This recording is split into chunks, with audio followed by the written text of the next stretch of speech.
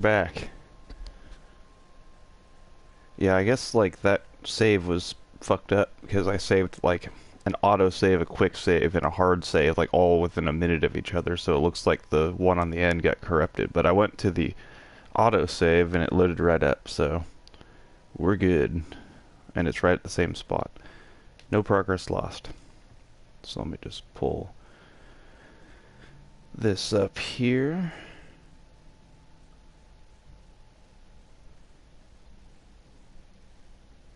Do my normal thing. I had all of my like links sent out already and everything before, but now I have to restart.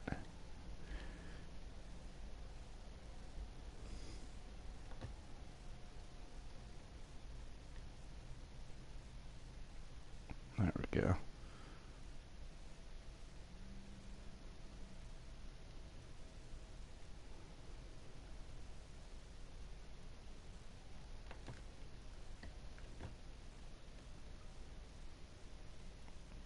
Okay.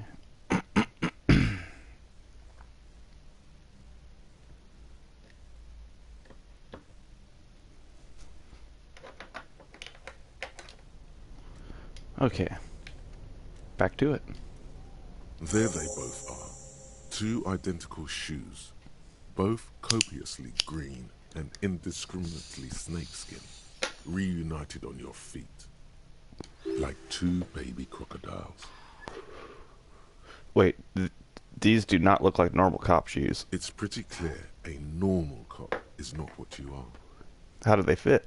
Good, they're balanced, comfy. Feels like the only good thing about you right now, truth be told. Feel that.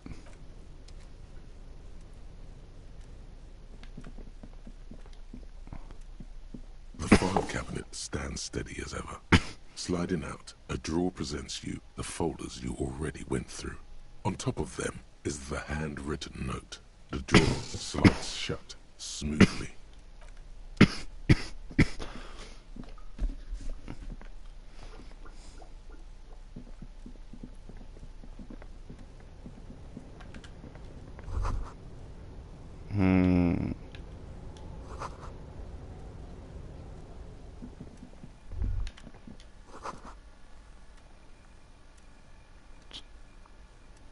Someone is habitually chilling next to the radio. An imposing combination of a punch clock and a payphone is looking down at you from the wall. A note on the side says, "Tokens unavailable due to strike. Use change." The machine swallows your coin and seems to be waiting for your next move. Your fingers run over the dial pad. 005. That's the dialing code for Revachol. 4952. And a moment of hesitation before entering the final numbers. 993. Oh no, it's gonna be her phone number. Calling. Still calling. Then. Video Revachol, 24-hour video rental. Oh. Rent 8 and 10mm film for home use. This is Lamy. How may I help you? The voice of a youngster on the other end sounds as enthusiastic as that of a man walking towards the gallows. What is this place? Video Revachol is a 24-hour video rental. We rent 8 and 10mm film for home use. This is Lamy. No, I mean, what is this place to me? Sir, I don't know. It's a video rental. Maybe you rent videos here. Do you know me? No. Why did I call you? Maybe you called to extend your rental period? Do you need to extend your rental period? Maybe, but I don't even know my name. If you need any further assistance, you can visit us on the corner of Voyager and Main. I can't help you over the phone. Are we done? The call is terminated by the other party. You're left with the discomforting sound of the disconnect tone.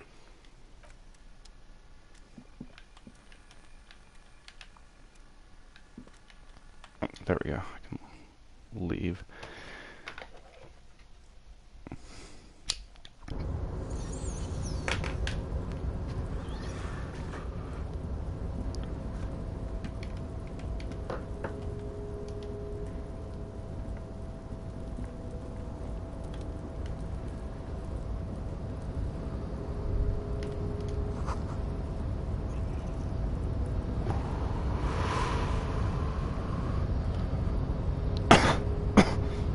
rusting control panel.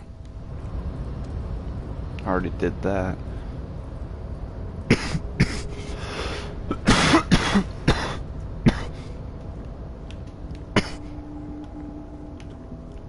Already checked that box over there. Already talked to him.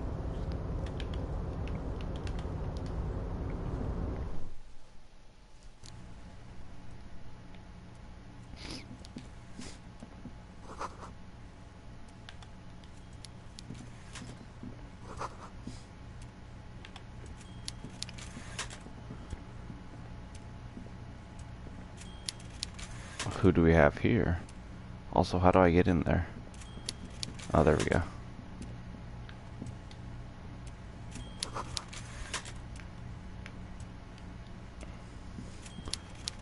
Before you is a walrus of a man seated behind a large desk. He looks up from his work, not the least bit surprised to see you. With great effort, he straightens himself up in his chair, yet says nothing. He simply stares at you, with a mixture of expectation and impatience, well bottled. Are you in charge of the dock workers? Welcome, Mr. Dubois, Mr. Kitsuragi. It's good of you two to stop by.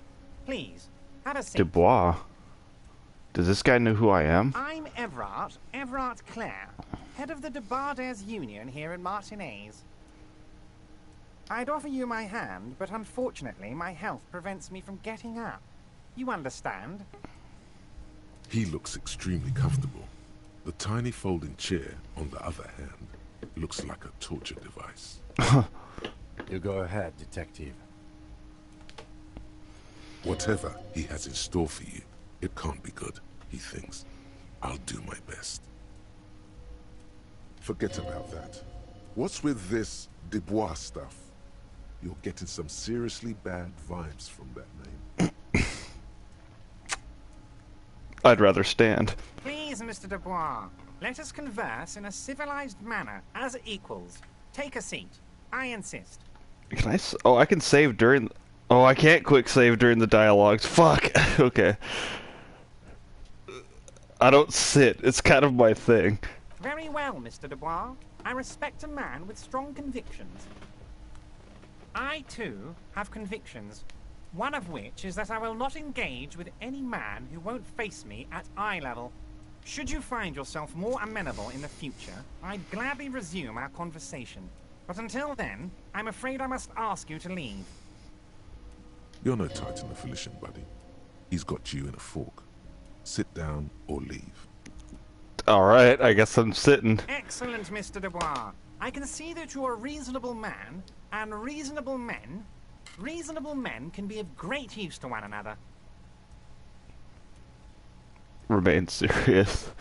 So tell me, how can the head of the Debarders Union help a representative of the Revachol Citizens Militia today? The chair you're sitting on has got to be the most uncomfortable chair in the world. It's violating your backside. It hurts so much it actually is like damaging my health. Oh, by the way, I heard you got a rather rude reception from a certain Lawrence Gart. Some people have no manners, it pains me to say. This should take care of that nonsense.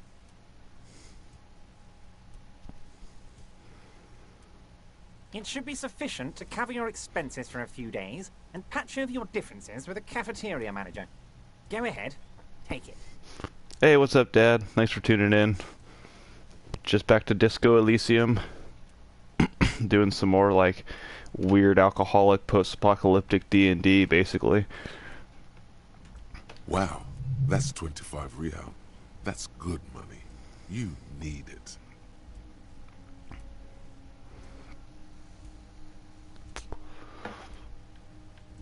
Wait, you know Gart? Yes, I know Lawrence. He's a real character.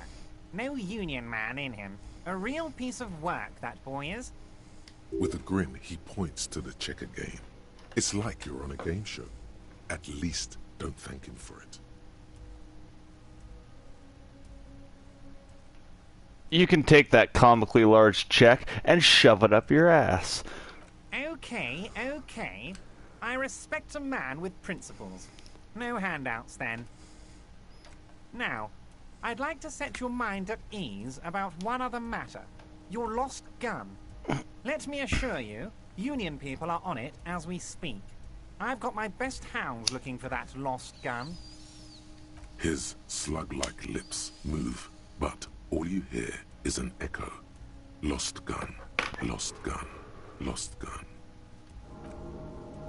Oh, my morale! The world is swallowed by a black hole of fear. Only 2 words escape its gravitational pull. Lost and gun. When he said, "Don't worry," he actually meant, be very worried. How do you know about my lost gun? I know everything, Harry. Right now, I know that you're worried. Don't be worried. Everything's going to be all right. It's not like you left it loaded. You didn't lose a loaded gun. Local children aren't out there playing with it right now, pointing it into their own mouths. It's in a safe place. I just know it. I have a feeling everything's going to be all right. Trying to work on organizing and packing, but I'll keep you on in my headphones. Sounds good. Actually, that'll work especially well for this game because it is mostly dialogue. It was loaded. There were 2 bullets in it. You always keep at least 2 barrels loaded. Kim, Kim. Officer, we will deal with this later. We don't need Mr. Clare's help with this. I wouldn't be so sure about that. Oh my god, my composure is -2 because the chair is killing me. Hell yeah. Don't panic. God, you're sweating. Your knee is jerking. You're about to cry, aren't you? You're about to cry because you lost your gun and those children are gonna shoot themselves with it. No, I'm not about to cry. Mr. Dubois, you don't look so good. Oh my god, my morale. What is this, Mr. Dubois? He keeps repeating. What is he trying to pull here? You need to cool the fuck down. Chill. Mr. Dubois! Mr. Dubois! Harry! He just said my whole name.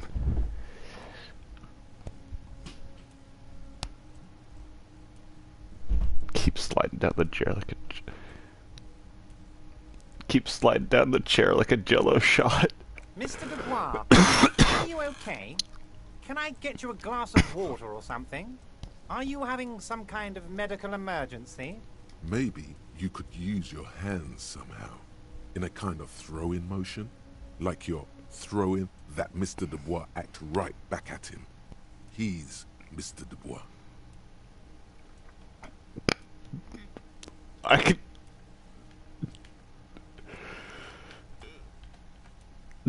Oh my god. Oh yeah, man, I'm fucking great. Don't be dramatic. I can see your condition isn't terminal. What an odd demonstration of... you got me, Harry. I don't even know what. As entertaining as it was, I'm afraid we're wasting our time. And I'm an extremely busy man, as I'm sure you are too. Okay, enough. We are here to ask you some questions pertaining to a murder investigation. Quick, here's your window. Get yourself together and ask him questions. Police officer questions.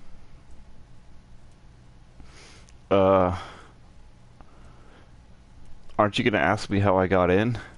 Harry, honestly, I'm just relieved you didn't get a hernia. A man your age...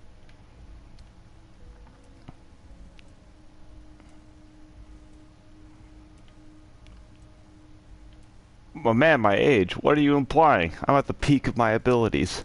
Yes, yes, Harry. You are obviously in peak physical condition, and I salute both your initiative and your physical prowess. Very impressive, Harry. Very impressive.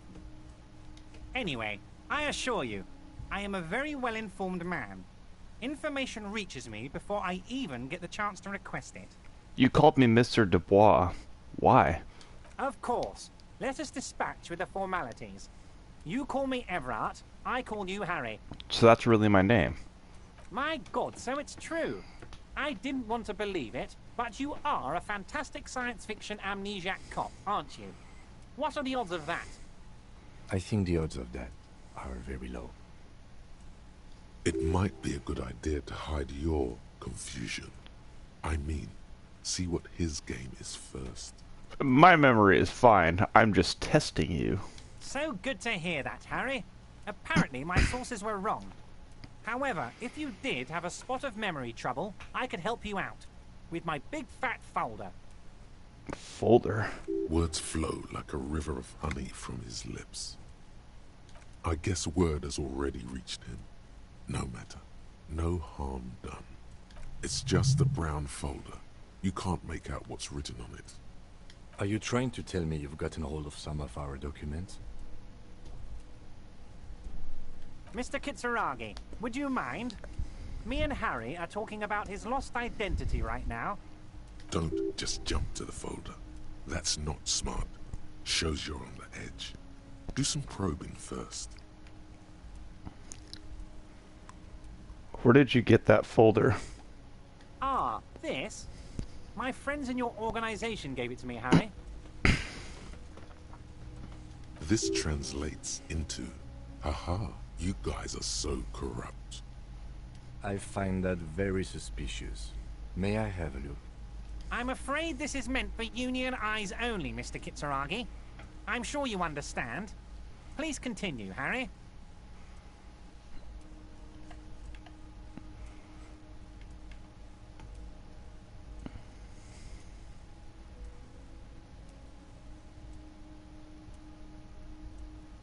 Have another look at that folder. As you look at the folder, Everard covers it with his hand and pets it. He's hiding it from you because it's not a real RCM folder. It's just another one of those brown folders you saw in the file cabinet. That's not an RCM folder. Okay, Harry, you got me. This is from the Census Bureau, not the RCM. Those Census Bureau people are absolutely corrupt. You should do something about them.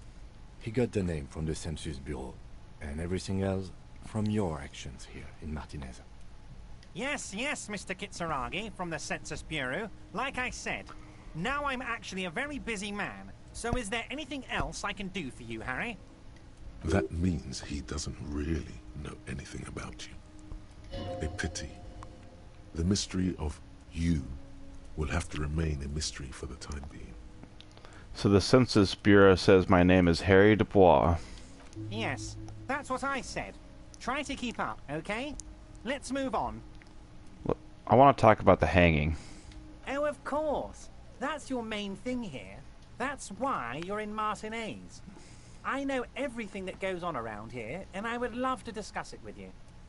I mean, it's no secret that the lynching is connected to the strike. So much to talk about. Honestly, it's been weighing on me so heavily. I understand you need to interview me. I sense there's a but. But there's a thing that's been keeping me up at night. I want to talk about the hanging. I mean, if we could just calmly talk, exchange information, we could blow this thing wide open. Yes, that sounds good. Let's do that. But I can't think straight with this thing weighing on me. You're police officers, aren't you? I have a crazy idea. You guys are basically door-opening machines, incredibly talented at opening doors. You've heard wrong, Everard. We're not. Oh, you're being too modest, my friend. But don't worry. This annoying thing I have is completely legal. I just need you to open a door. An excellent opportunity presents itself, sire. You could win the trust of the arch-liar, pretend to play into his hand. Then, should you wish, bend his efforts towards your own. Why don't you just open it yourself? Harry, I'm a very busy man, and more importantly, I don't have that extraordinary physique you do. You look like you could run around all day. You want to send someone a message that the police are working for you. I repeat, I'm a very, very busy man, Mr. Kitsuragi, and therefore I must occasionally enlist outside help. So what will it be, Harry? Whose door is it? Oh, no one's. It's just a weasel. A weasel lives there. Nothing for you to worry about. What do you mean by a weasel? A loud blabbering weasel. When weasels feel no one is watching, they start acting foolishly. Just go there, unlock the door, and leave it open. It's been such a burden on me, Harry. I just want this to be over so I can discuss business with you. I bet you don't even know anything about the hanging. Harry, my dear friend, I am what people call a local bigwig. I know everything that goes on in Martinez. Damn it, fine. I'll look into it. We need to talk about that murder. Fantastic, my friend. Just let me know when it's done and we can take our friendship to the next level. What? You can get the key from Manana. He's down by the gates. Manana's like a free agent in the Union. Special operations. Hardened socialist. A real free thinker, too. He'll tell you precisely where the door is. One last thing, Harry. Just open the door. You don't need to go in or anything. I just want that weasel to come home and see the unlocked door.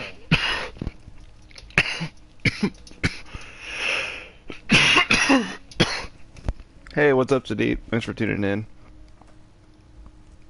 I appreciate you. How you doing? Let's see. Let's talk about my lost gun. Yes, your lost gun. My best men are on it.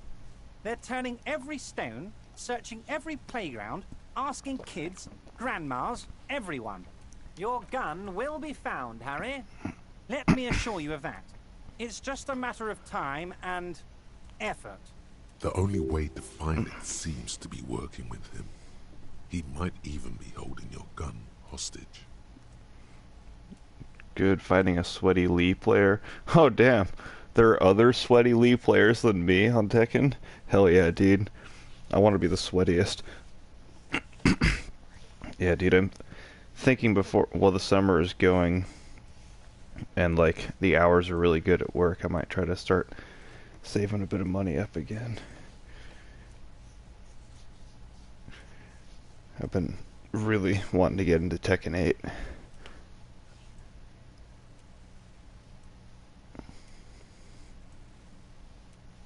Around world have not touched the ground. Holy shit. Yeah, that sounds like Lee. A lot of combos with that guy.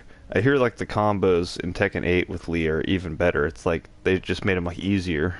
Like he just seems to go a little farther every time he does a forward dash, and he can just hit you like one extra time each combo, it seems like.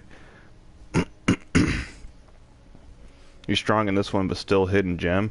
Oh yeah, dude, people are always gonna sleep on Lee, because it's like, you gotta really actually put some effort into it and learn his moves to get good with Lee. It doesn't just serve up his good combos on a silver platter. You gotta work for him. I respect that about him. Okay. Hold on, could he really be holding my gun hostage? Who knows? Only one thing is certain. If you work with him, you're going to get it back. And working with him might be the only way to do it. I will not be blackmailed with this gun business. Harry, Harry. I was only trying to be tactful. A lost gun is a dangerous thing. I can't have it around in my neighborhood. Kids could be playing gun roulette with it as we speak. Teenage gangs could be arming themselves. Get a hold of yourself, Harry. That back punch carries an infinite if you blazing kick it first? No shit. Oh my god.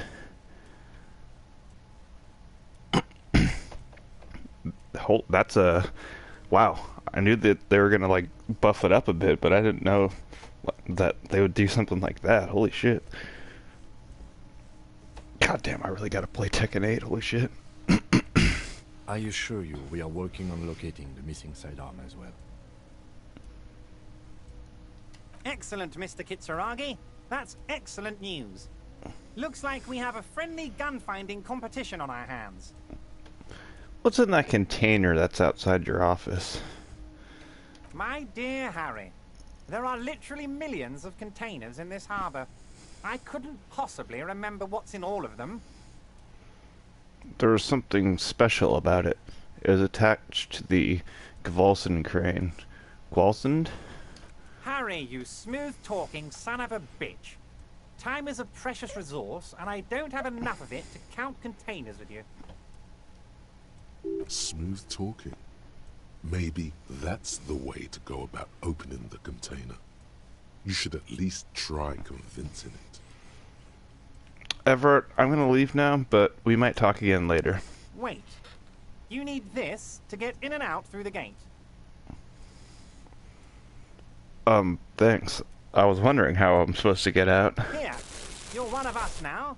A real red and white union man. Take care, Harry. Alright. Yes? Okay.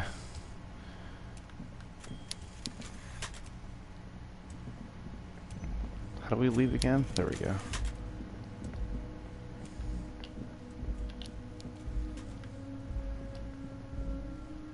I just remember my guy's shirtless.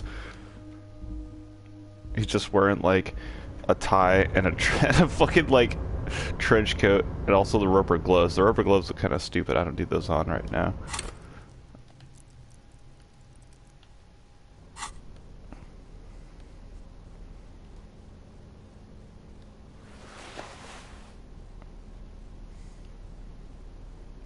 I don't have a shirt. The closest thing I have is my other jacket.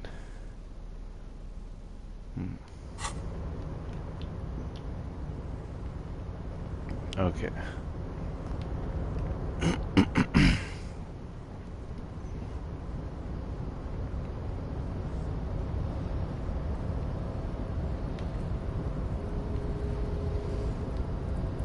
You're back before the cargo container. Its drawer has not lessened since you were last here. If anything, it seems to have grown slightly. I guess I'll try to persuade the door to open. Why are you even trying to open a door with rhetoric?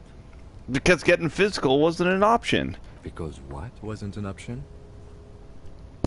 Using my body over my wits. Now is not the time to get philosophical, detective.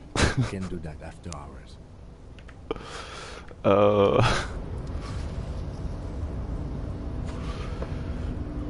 Hell yeah.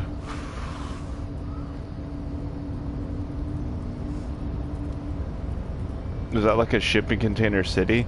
We're actually we're in like an actual like work site right now, but all the workers are on strike, so there's like nobody around. So this is like an actual like loading dock area, so there's cranes and stuff.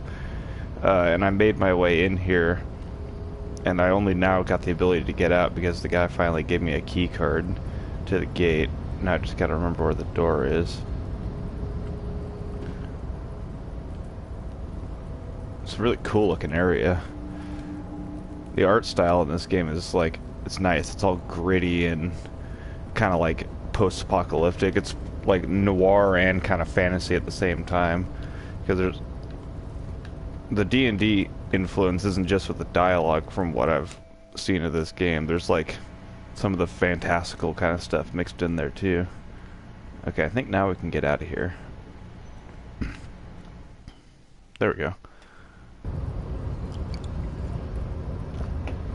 Alright, now I can actually get back to the crime scene. Oh, who's this guy? Scab? You're hazy on the notion of a scab. Smells like politics, though. Maybe it's got something to do with the flask he reaches for from time to time. I'm not a scab, I'm a cop. I was just messing with you. No one's ever seen a cop scab. Imagine, you cops going on a strike, but then another cop comes in and says, "Let us cop for less money." Speaking of, what brings the RCM here? To the Wild North? Come to see the strife? Everett said you have a key to the door. A key, huh? What door is this key supposed to open? You said it belonged to a weasel. Oh, say no more. I got you. I got that key right here. And let me tell you, it's mighty good of you to help us out during the strike. Working class solidarity, as they say.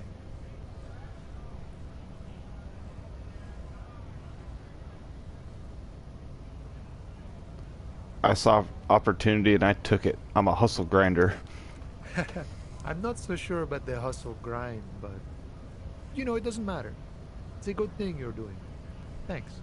What you're looking for is a basement door behind the greenhouse. That's behind the whirly rags. That's all I know. Our organization is what you call compartmentalized. Means we keep out of each other's business. Okay, but where did you get the key from? The janitor gave it to me. Nice fella. We talked about life and things that really, truly matter. None of this mess we're in. This jiving and juggling. What's it for? To feed our children, I guess. Anything else I should know about this task? This weasel person? When he'll be home? I'm more of a philosophical dock worker. I like to talk about the big picture stuff. Who I am, who you are, what we are fighting for. What? He means he's not going to tell you, cause he doesn't know. But he will shoot his mouth off with you now that you're working for Everard.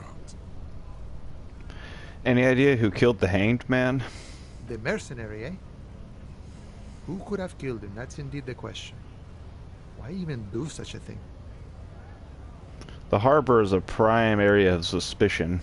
In your opinion, are the dock workers involved in the killing? What a thought. Why would noble workers resort to such a thing? Unless they were pushed, of course. Pushed how? Your dead guy was an enemy combatant. Hold up. What does that mean? He was an agent of the opposition, attempting to undermine our honorable efforts. Did you kill him? I ain't the murdering type, but that's just me. Large organizations like our union have all sorts of men, with all sorts of skills. He's not lying about not doing it himself. Understood. This has been of limited use. Still, thank you. No problem. I wish the best to you in your search. Sure, I'm glad it's not my search. Why are you striking? We're negotiating our share. Your share? Aye. Wait, so not wages or pensions or... This stuff, they already covered.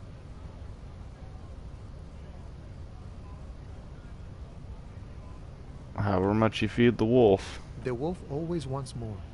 I like wolves. How large a share would you like? All of it. However, right now we want all the harbor workers to be on the company's board, so they could take part in the decision-making process. This seditious talk sounds like communism. Just so we're on the same page, communism is basically wanting to kill the rich people or deporting them to a labor camp in Southeast Grad. But don't say that out loud if you're a communist. Are you a communist? No. I don't think I'm a communist. Seeing something of value and saying I want it all to myself is a much older and simpler notion. No science to it at all. Even a weak child can think it. The only things holding someone back are I can't and I shouldn't. Cool. I don't have anything to add to that. And none of the above kind of man. No harm in being that. The boss man, Everard. What can you tell me about him? I think it's best you make up your own mind now that you've met him. In my eyes, he is a capable organizer and a decent businessman. What does bossing the union entail anyway? I guess you kind of get to be the village chief.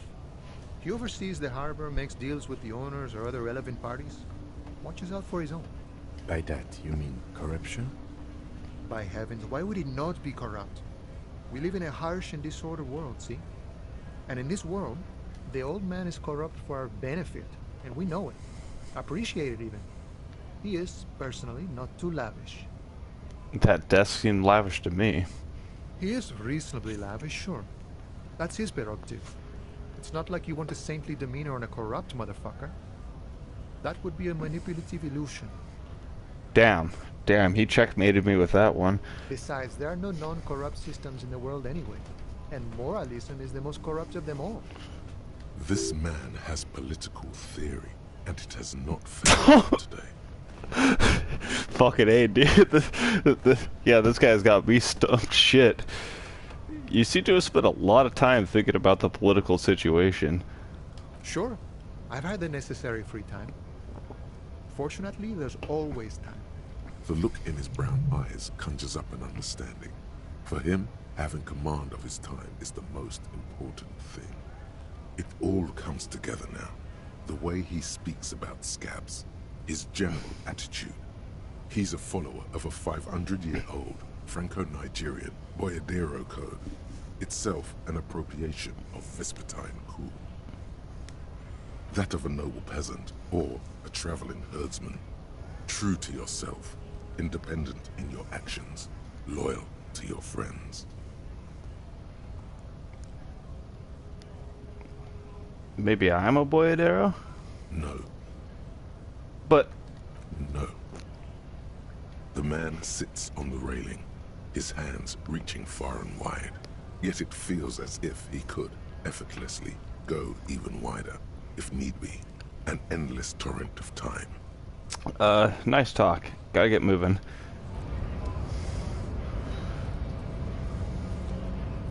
Damn.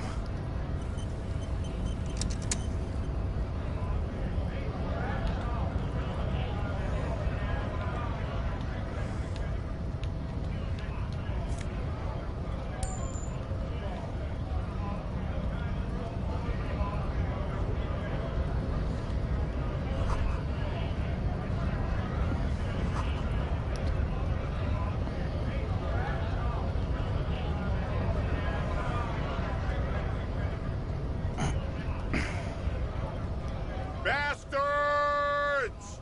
We have a right to work! What's going on here? Hold up and stay frosty, everyone. Cops are here. The broad-shouldered alpha male turns to you. He's a full head taller than everybody else here. You here to fuck with us? Beat the honest worker down. Oh my god, I could just be like, yes. Why should I? We're here to fight for a cause. Stripes usually have problems with people who have causes. Okay, then I'm thinking no. Good. We're fighting for a cause here. Right to work! Right to work! Besides, we're not that different. It helps if people see us talking, cops and strikebreakers together. Shows authorities are on our side. Builds confidence. What kind of causes are we talking about? Rights of people. Rights of workers. To have gainful employment. To make a salary. And feed their families. His manner of speaking is wooden, the tone of voice bland and uninspired, almost as if compiling replies from a set of learned phrases. Regardless, I have some questions for you. Maybe you should ask them the questions. Like, why we're not allowed to make a living here. Shame on you! We have families to feed, you piece of shit. So do we, Scott.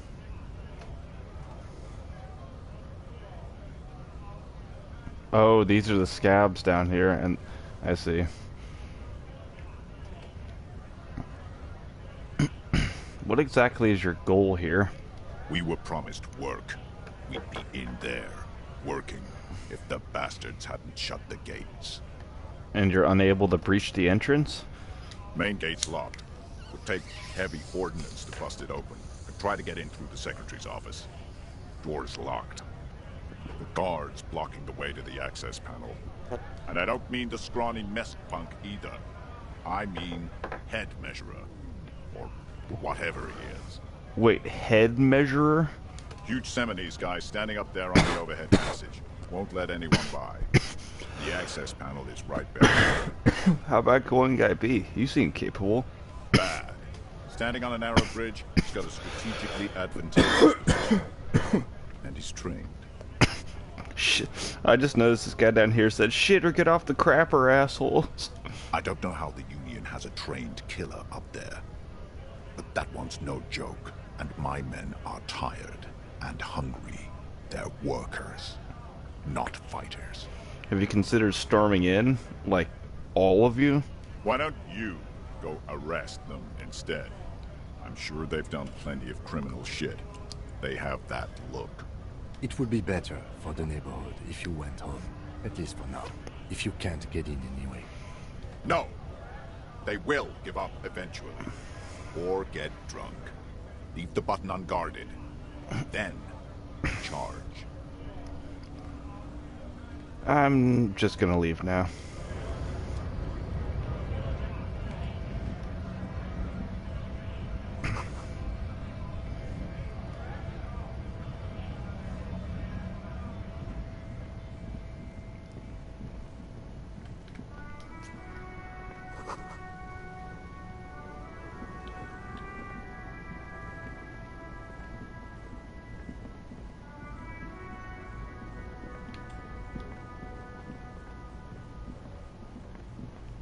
An old monument stands in the middle of the traffic island, pointing toward the sea.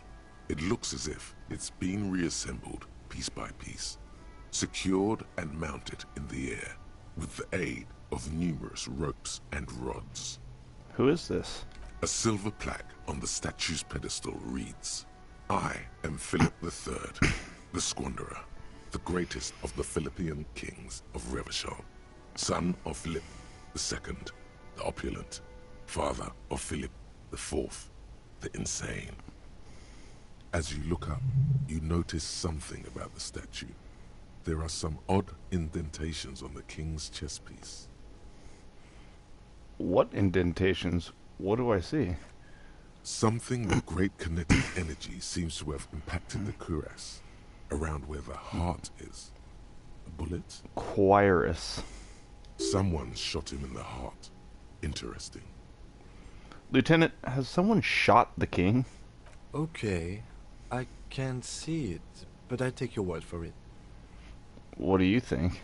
Well, Martinez is riddled with bullet holes. This place saw a lot of action during the revolution. But the statue is recently renovated, so maybe a joke? Target practice or a political statement?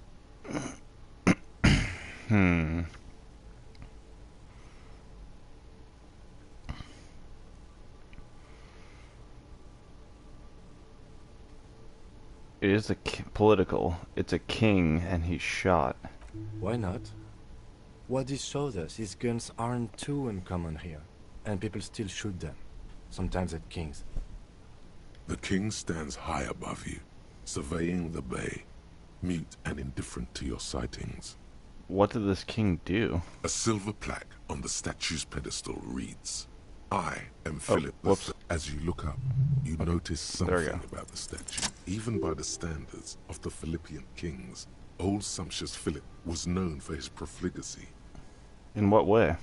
Well, he blew through the whole national treasury, starting the decline of one of the penultimate century's greatest superpowers, the suzerain of Revachol.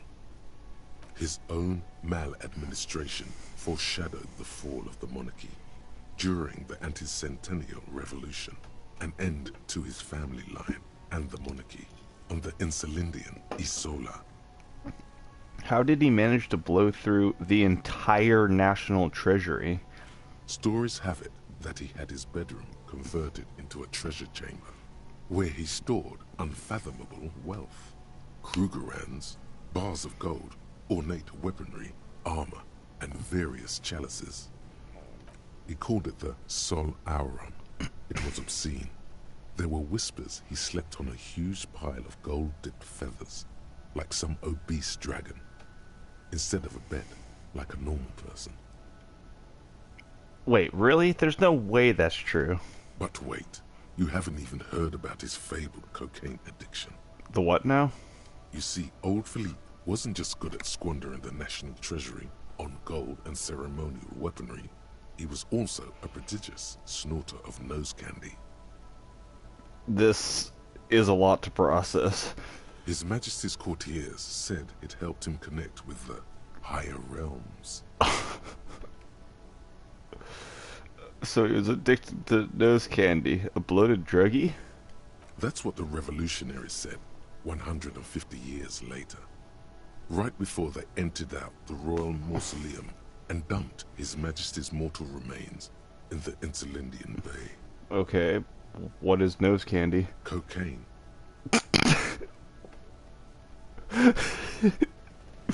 Yeah, that tracks. Okay, where's he buried now? Beneath the cold waters of the Elysium Bay, thrown there by the revolutionaries after they cleaned out the royal mausoleum. What happened to the statue? The original was blown apart by communards, then further damaged during the landing of the Coalition's airships during the turn-of-the-century revolution, when Martinez was leveled. Most historians think the Coalition's hasty landing may have ultimately saved the statue. If the communards had more time, they would have reduced it up to even finer pieces. Who restored the monument? Some years ago, a group of liberal, artistically inclined individuals, designers mostly, thought it would be ironic to restore the statue of the most wasteful ruler of Revachol in the poorest part of the city. The statue is supposed to capture the moment it was blown apart, like an instant frozen in time, a rare butterfly trapped in amber, floating on a sea of shit. That's brilliant. So funny and nihilistic.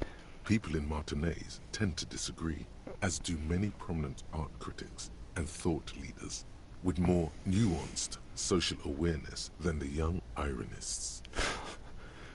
Philip III, the Squanderer, however, with his bronze face up in the air, doesn't seem concerned about what the hoi polloi think of him in death. Not that he ever did in life either. Hell yeah.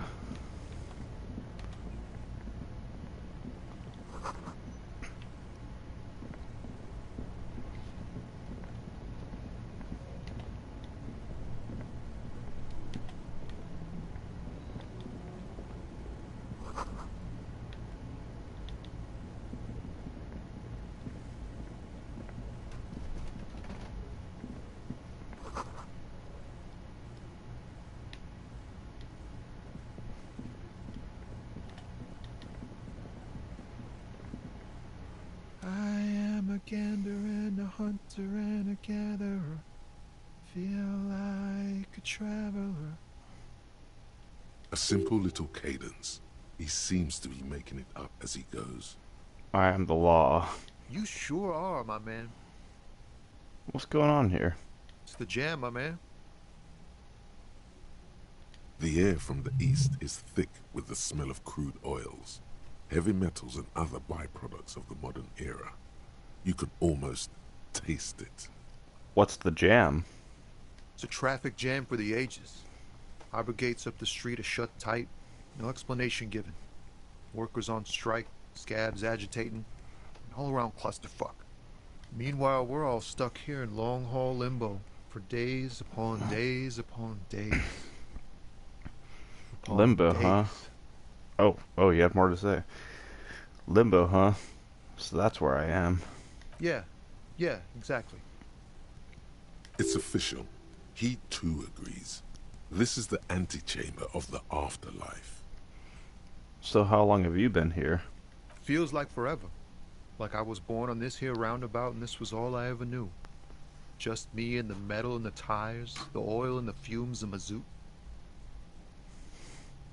Extravagantly phrased, but I can roll with it. Yeah, imagine. It's been a whole week already. Oh my god. So tell me, what do you need? Know anything about the dead man? The one hanging behind the hostel there? He ain't one of us drivers. I know that. All accounted for. Otherwise, I haven't really asked about that. Been wasting time right here. Keep him busy. It's easy to see he's telling the truth. He's kept his nose out of the dark stuff. Alright, never mind then. The man taps his fingers rhythmically against his arm. What are you hauling anyway? Oh, high-grade narcotics, illegal firearms, stuff like that. Relax. He's merely joking. Wicked. I've always wanted a friend in the underworld. Ha! No, I'm joking, my man. Found runs a nice, clean business. This haul of cargo is mostly sporting goods. You know, tracksuits and that kind of thing. They usually get shipped to Grodd and the Occident, though we've been making headway in the Il Moran market lately. That's your machine behind you? This rockin' beauty. Sure is. Like a rash you can't get rid of. You interested in heavy-duty cargo machinery? A motor lorry, also called a camion, on Caillou and neighboring islands. This one looks roughed up enough to be some sort of found rust bucket. Maybe the A6. That a Fallon A6 you got there? Good eye, my man. Yup, she's an old one, but reliable. Me and her spent a long time together. Can I get one of those Fallon tracksuits you're hauling? We're pals and all, but I can't just freely hand out the merchandise. The bosses won't be happy. Right, I had another question. The man taps his fingers rhythmically against his arm. I guess there is nothing else. I'm good for now. Good talk. Don't be a stranger. Alright, now we can get back to the crime scene.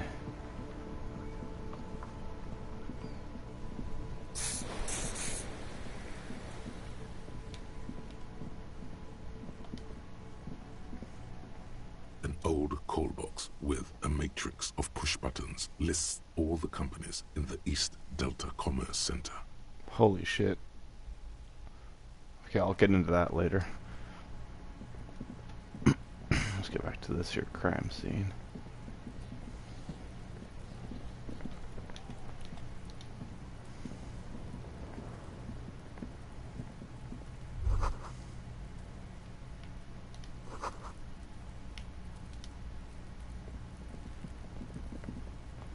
This trash container is locked.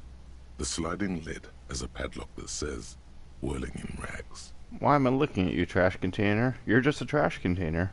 The body is downwind from here. Maybe you prefer the smell of garbage to the smell of death.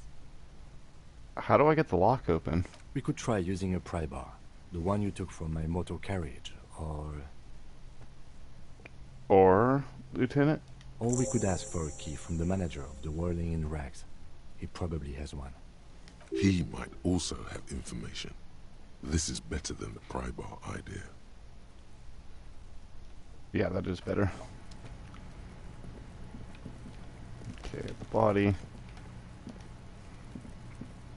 There he still is, looking right through you with his white eyes. The body below is entirely dedicated to that corpse smell.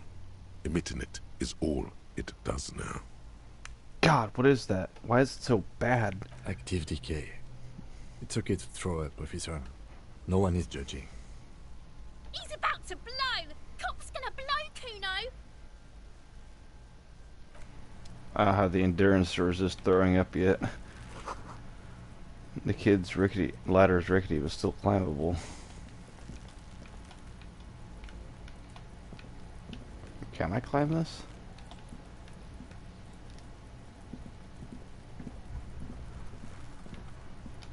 What do you see? Okay. Been through all of it, yep. Okay. Kuno's got this!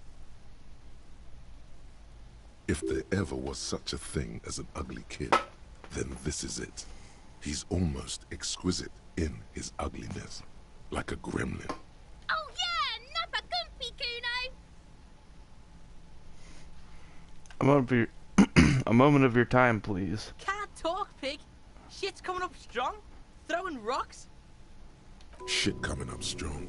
That sounds good. Joyous. You should hang out with this kid and see what that juicy shit is all about. Juicy what now? I mean drugs. The kid's on drugs. Yeah, Kuno! Ride the lightning, Kuno! Kuno's riding at sea! The rake, Kuno! You should throw the rake at him, Kuno! The fuck does Kuno know what a rake is? Kuno's not a gardener. Are you kids siblings? The fuck are you talking about? He's calling us Kuno. He says we're fucking each other. Look, I have questions for you. Alright, entertain the Kuno. Show me what you got. What you got there? What you got, huh? Show me what you got. The kid moves his hands like a basketball player dribbling fast. Kuno, I found your shack. You found Kuno's secret door to Kuno's secret shack. It was closed for 5,000 years. How the fuck did you get in? I pushed the panels aside, Kuno. And then what? You fucking there. You fucking Kuno's kingdom. He's trying to fuck at you again, Kuno. I found a plate covered with powder residue. Know anything about it? That's where Kuno gets his daily hit of electric. Kuno Shazam. Kuno rides the fucking lightning in there, pig. Bet you'd like to ride the lightning too, wouldn't you? You feel tired and old, but you could have that sparkle in your eyes. Not now, electrochemistry. What was with the pig head? Oh, that? Kuno decapitates pigs. That's just a Kuno demo tape. Jesus Christ. Were you trying to send me a message of some sort? Yeah, to the both of you. Watch your ass in Kuno's town, or Kuno's gonna fuck your head off. What's with the tube of magnesolum, Kuno? It's a vitamin, pig. Don't you know anything? You could use some. It's magnesium, right? Yeah, it's the mag. You fucking need that shit to stay on top of your game. Kuno goes through like a tube a day, rips mag like a motherfucker, and you could use a battle. Oh, don't teach him, Kuno. He's gonna use it against you, Kuno. I know all about magnesium. I rock it all the time. You're not getting this, pig. It completely takes away the hangover. It's like you didn't do anything. Like you stayed home playing with your choo-choo. Fuck you, pig. Don't do mag. You're gonna OD and you're gonna fucking die. I've heard enough of this. Good call, Pigmeister. Don't come and talk to Kuno about his kingdom. The body. What do you know about it? Shitload, pig. What's your question? Don't tell the pig shit, Kuno. This is where you quickly ask him questions. Real cop questions. Like a cop. Do you know who he was? Kuno's fuck imp. Kuno uses the fuck imp for target practice. He's trying to hide the fact that he doesn't know. I mean, who he was before he died. Kuno knows what you meant. Kuno's not a snitch. That's all. Trying to make Kuno sing into the popo phone. Do you know how it got up there? Probably climbed. Kuno was busy down the road when that shit went down. So you didn't see it happening. You heard Kuno. Kuno wasn't even in Martinez. Kuno wasn't in Revachol. Kuno wasn't regional. Okay, where'd you go then? I don't know. Some fucking Mesk or I don't know. Some other place. Night City. Kuno was in fucking Night City. There is no Night City anywhere. That sounds like the name of a city in some pulp science fiction novel. Where's Night City? Kuno gives this info out on a need-to-know basis, and you don't need to know. Kuno didn't smoke the gimp, if that's what you meant. Thanks, Kuno. That's one name you can now cross off the list. Have you seen anyone suspicious around? Just a couple of pigs sniffing around in the dirt. That seems pretty fucking suspicious to Kuno. Yeah, you tell the faggoty, Kuno. More on this later. Right now, let's talk about something else. You're testing Kuno's patience here. Get lost. Jesus Christ. Okay, I'm off. Kuno doesn't fucking care. Hear that? Magnesium. That's what you're lacking. The lack of magnesium has you slouched. So there's a lack of magnesium in me. Yes, and it's critical. Look at yourself. You're practically devolving into a fish due to the lack of magnesium in your bloodstream. So I need to mag it up. You need to get so magged up. You've probably had 2 heart attacks and a minor stroke already. And the only prescription is insane amounts of magnesium. You're saying I need to become a magnesium-based life form. Yes, if you want to live. You need to evolve. You need to transcend the carbon barrier. Go to the apothecary and buy insane amounts of magnesium. It will reverse the damage to your circulatory system.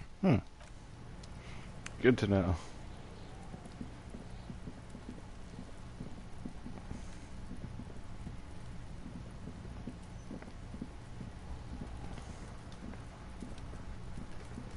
Yes? I want to talk about you. Me? Yes, you. I don't see how my life is pertinent to the investigation. We'll work better together if we have more rapport.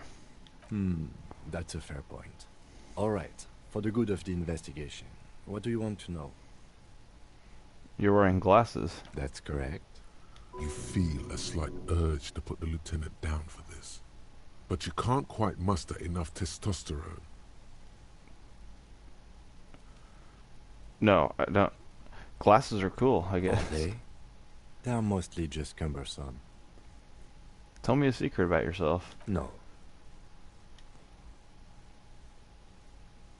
Your brain sends the signal to your lips, but they refuse the order.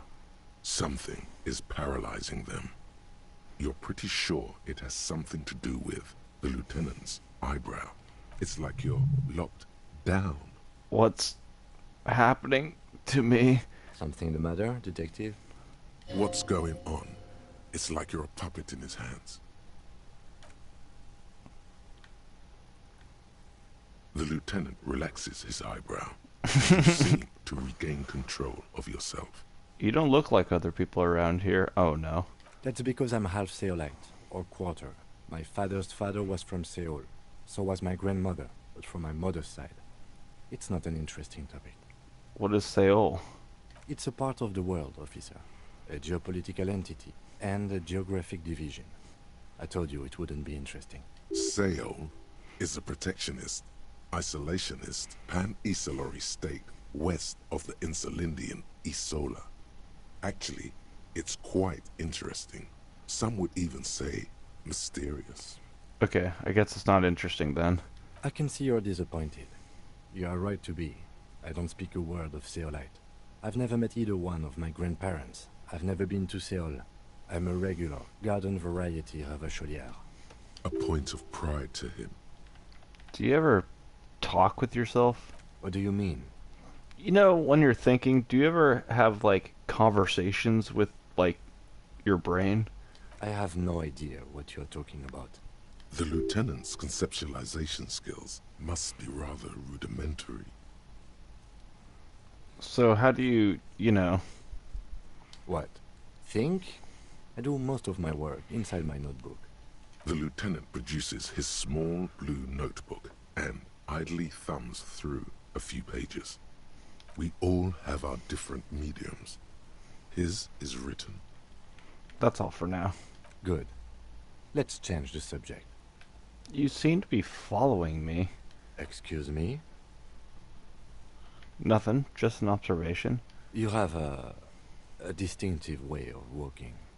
If I were to walk in front of you, we would surely collide. What do you mean by distinctive? I hope you don't take this the wrong way. It's just a collegial observation. In the 57th, we call it the Jamrock Shuffle. Officers from Jamrock's 41st Precinct tend to move a bit erratically. How's that? They say it's a scene-clearing technique developed by one of your lieutenants for gathering evidence. It's erratic, yet thorough. Prioritizes containers. He's saying I move like a video game character. Yes, but containers contain things, shiny things. They're interesting. That's racist. I don't prioritize containers. I'm sure you don't. It's just a stupid interdepartmental thing. I'm making assumptions. We should move on. Okay.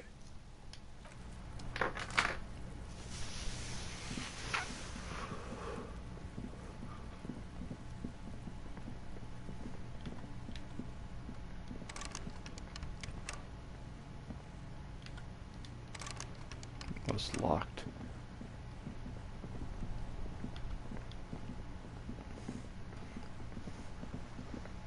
Hello, sir. Step right in. The store is open. Hello.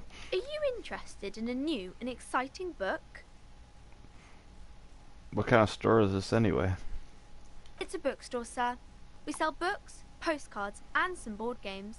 It's called Crime, Romance, and Biographies of Famous People. Books? Postcards? Easy. Even a kid would know all of this. Nah, it feels inappropriate to lecture this girl. Don't be a fool. As an expert, it's your duty to tell what you know to everyone. Hey now, I already made up my mind. Sir, are you okay? You've been standing here silently for a while now. Is it okay if I ask you some questions? Okay, sir. I'll try to answer any questions you have. I hope they're about books. Who are these famous people? Oh, kings and queens and generals of old, or artists and writers, or musicians, those kinds of people. There's usually something extraordinary about them. I think that's why people read them, to find the secrets of their fame. Seems like most people who read those books fail to get more famous from reading them.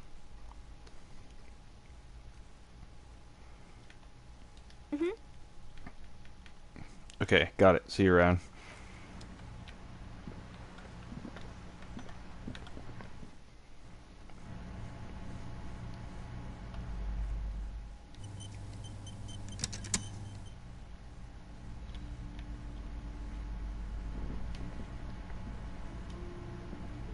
Welcome to Crime, Romance, and Biographies of Famous People.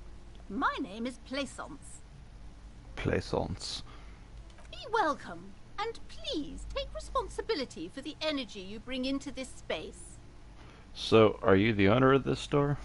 I am the proudest owner of our little shop of culture.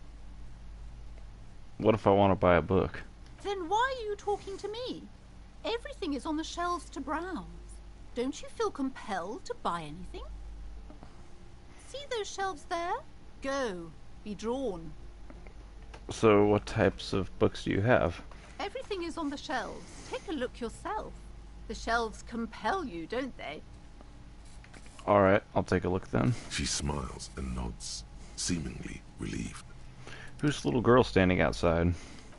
Annette, yes, my daughter.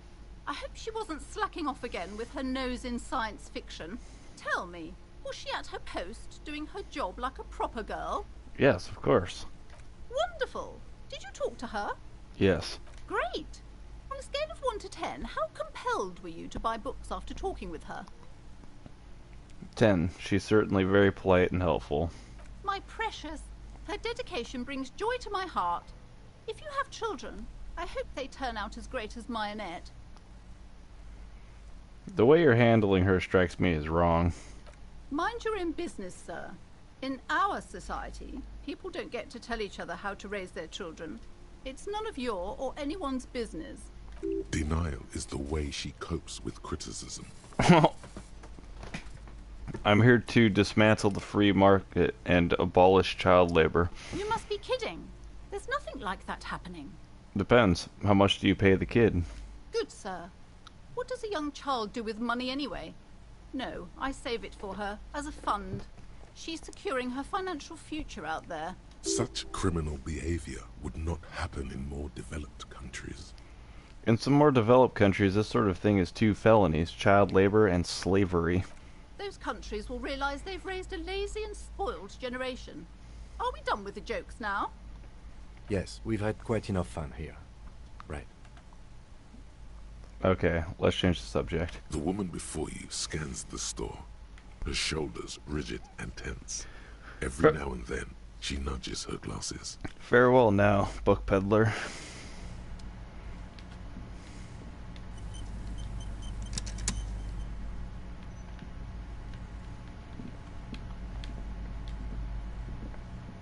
The display rack is brimming with worn paperbacks featuring an extremely muscular, sword-wielding barbarian on the cover. Nearly all the titles contain the word Hyundai somewhere. Storekeep, tell me about the Muscle Man books. Oh, Man from Hyundai. A very popular series of adventure novels. They're awfully immoral and violent books. Why are they so popular? Blood and violence, Scantily clad women, epic narratives, all those mystical things he encounters. They're bound to grab those with little imagination and nothing to do. Sounds good. Which one should I start with? What does it matter? They're all the same. However, the customer is always right, they say. If you're a novice of the series, I'd recommend Hjelmdalaman, the man from Hjelmdal. It's supposed to be a good introduction to the series. It's too expensive. I can't afford it. Rows and rows of Hjelmdalamen blur your vision. You make out some titles. Man from Hjelmdal and the Mammoth Riders. Man from Hjelmdal, Return to Hjelmdal. And the solipsistic Man from Hjelmdal and the Hjelmdal Man. Good God, how many are there? Maybe 100. Man from Hjelmdal and the Sages at the End of the World. Man from Hjelmdal and the False God. Man from Hjelmdal and the Scorched Earth. Man from Hjelmdal, the Hjelmdal colonies. Man from Hjelmdal and the Swamp Beast. Man from Hjelmdal and the Snow Crabs. Is that all? Not even close. Man from Hjelmdal in Hell. Man from Hjelmdal and the Forest Oh my Slaves. Man from Hjelmdal under the lake. Man from Hjelmdal, Hjelmdal burning. There's even The Trial of Death, a pastoral combat game book set in the world of Hjelmdalaman, and so much more.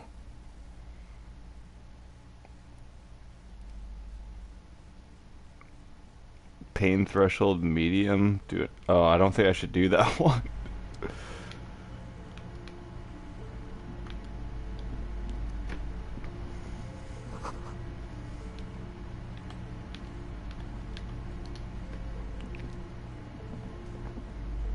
A small mountain of colorful board game boxes.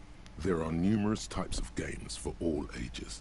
A lot of shelf space seems to be taken up by Wirral-related merchandise. Storekeep, what board games do you have here? Wonderful board games, sir. The Viticulturist is a classic for sure, or perhaps you'd like Archipelagos of Insulinda, a very educational game for those interested in geography.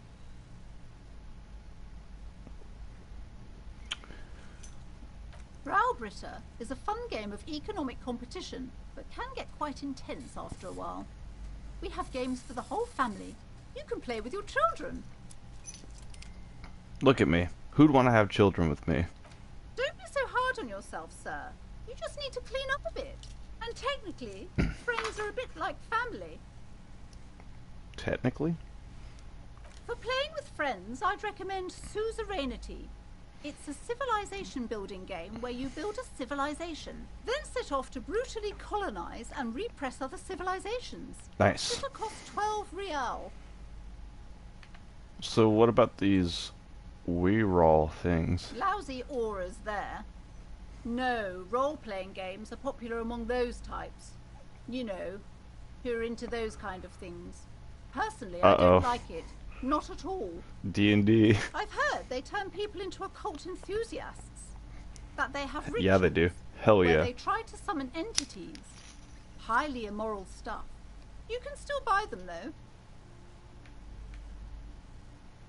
An endless variety of source books, lore books, and codices litter the table. The topmost book is titled Welkin Compendium, 2nd edition. There's also a large hardbound tome with intricate cover art, The Hunters of Katawak, Boreal Creature Compendium, and a Pick Your Path adventure game book titled Tales of Wirral, Cavern of Velkrag. Books in a board game section? Who wants to read books? Anything that really catches my eye? There's a box that says Wirral, 3rd edition Mega Setting Supplements Module. The side panel notes, a fantastique adventure board game. New maps and miniatures. A sticker on it displays 25 real. That price is steep, but then it's the 3rd edition Mega Setting Supplement, so it makes sense. Ooh, that's pretty expensive. I'm gonna have to pass on that for now, but I think I might come back and get that later. Sounds pretty awesome. I mean, shit. I bought like probably like $300 worth of D&D books over like a slow period of time in real life. So why not do it in a video game too? These shelves are overburdened with books from the same Maybe series. about 300. You see the name Dick Mullen Maybe more like 200. over and over.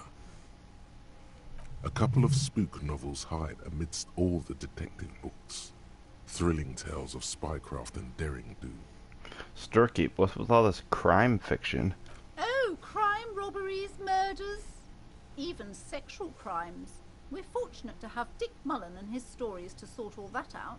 You're a police officer, apparently. You should buy all of these. They really do teach a person how to be a proper detective. Crime fiction is a disgrace. An asinine misrepresentation of the physical attributes of the arduous everyday work of actual police officers. These books greatly overstate the excitement of police work, glossing over how long it takes to actually follow up on leads and eliminate dead ends. What's more, they completely ignore the psychological hardships of year after year coming into contact with people during the worst days of their lives. Not a single mention of all the stress this work creates upon the officer's family. Detective fiction just doesn't tell the truth at all. Now, would you like a list of all the books found on the shelf? Sure thing. You see Dick Mullen on the job. Get Me Mullen. The Stalwart Adventures of Richard P. Mullen. Dick Mullen and the Murder in the Orchard. The Sordid Affair of Dick Mullen. A killing is declared.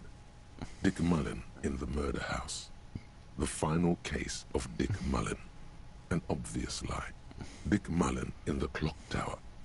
The Ordeals of Dick Mullen. Dauntless Dick. Dick Mullen's Funeral Pyre. The Murder of Dick Mullen. Dick Mullen dies? Oh no. Turns out he fated to solve a case. Are there any more? Yes. There's also The Dame Who Did It. Farewell, My Mullen. Faking death seems to be a common trope in the Mullen series. The morbid tales of Dick Mullen. A dark tide turns. Tragedy calls for Dick Mullen. Another one with fake death. And, of course, Dick Mullen, the murderer. In order to catch a murderer, Dick Mullen must become the murderer. After all this, you still haven't found the answer to the one question that matters. Who is Dick Mullen? Who is Dick Mullen? Your quick eye notices a small caterpillar crawling across the spine of a book. The title reads, Dick Mullen and the Mistaken Identity. What do we have here? Mistaken Identity. A worn paperback from Dick Mullen's classic hard-boiled phase. The premise seems to be that Dick Mullen is framed for the murder of his best friend and has just a few days to prove his innocence. Why does this speak to me? Could it be the motifs of unstable identities and shocking betrayals? That's probably right. I'm a complicated guy, full of contradictions. Then this is the book for you. I don't have enough. Okay, I'll have to come back and get that one.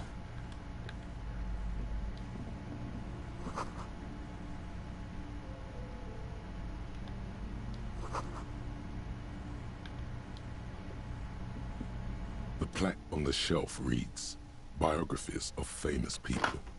You see a large variety of names, none of which ring a bell. Storkeep, anything to note on this shelf? I would say... The Greatest Innocence. Yes, most certainly. It's an important educational tool, delving into the depths of history, religion, and their relation to innocentic power. Who or what is an innocence? A very influential historical figure. But surely I don't have to tell you that. You're a law officer, and law officers have at least some education. The book is also very daring. The author aims to re-examine the universal understandings of the innocentic system, creating a fresh vantage point and a shift in the tired order of things.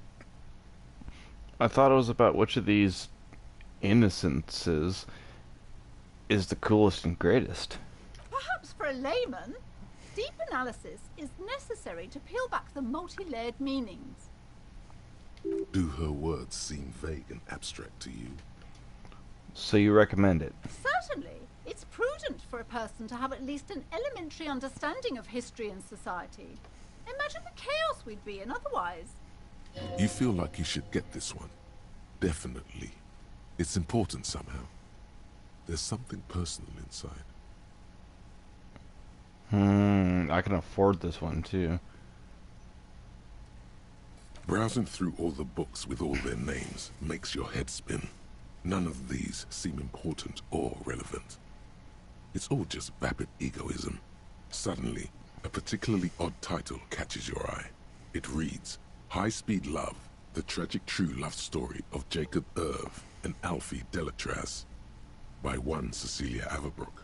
What's it about? High Speed Love chronicles the romance between two of the finest tip-top tourney racers in history. One of them is the madcap driver, Jacob Irv. His blonde mane graces the cover. Next to Irv's life story, you see a slim biography of an Occidental rock star called the Anti-Star. He's famous for shooting morphine into one of his eyeballs and cocaine into the other. Nice.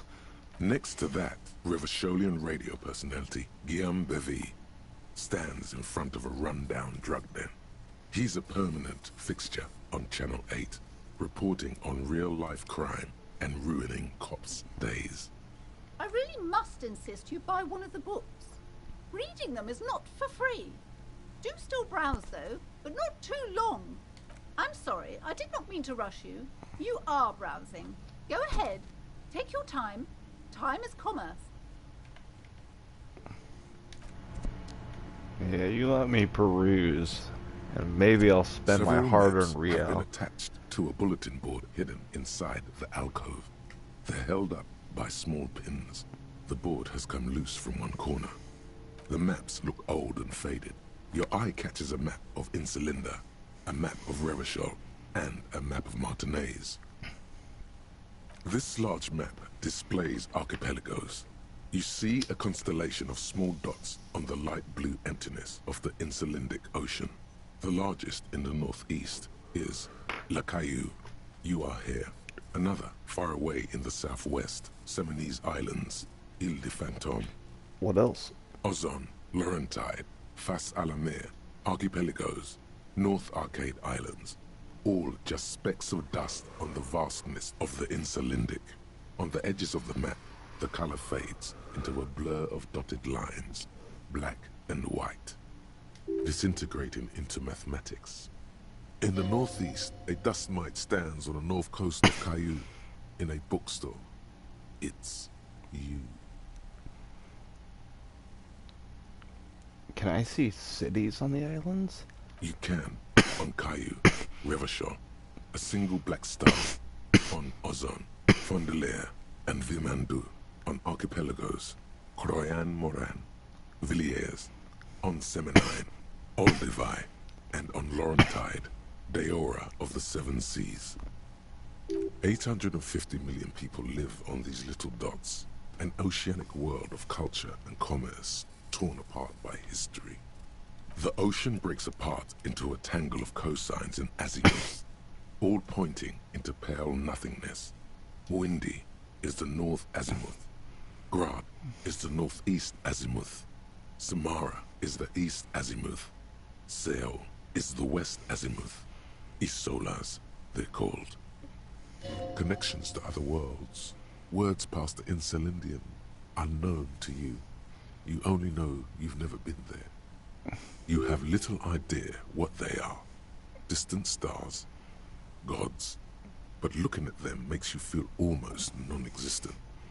Whatever they are, the Isolas are immeasurably large compared to you, and very, very far away.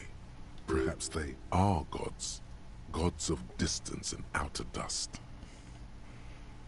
The north coast of a verdant island is shattered by the delta of a river. It is the River Esperance. Countless bridges put the shards back together, connecting city blocks to river islands. La Delta says a great artificial heart in the center, teeming with life forms and construction. To the east, rolling hillsides, Le Jardin, Stella Marie. the suburbs of Saint-Baptiste, swallowed up into the megacity. They sound rich to you. This is Rivershell East. And west of the river? Hudon. It's somewhere to live. Not bad. Then there's Jamrock. It's bad. People shouldn't live there, but they do. Then Forburg.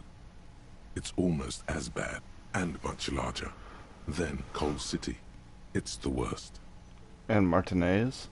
It's so small you can't even see it on the map. No, wait. There it is. North of Jamrock. The strip of coast next to the Greater Rivershell Industrial Harbour.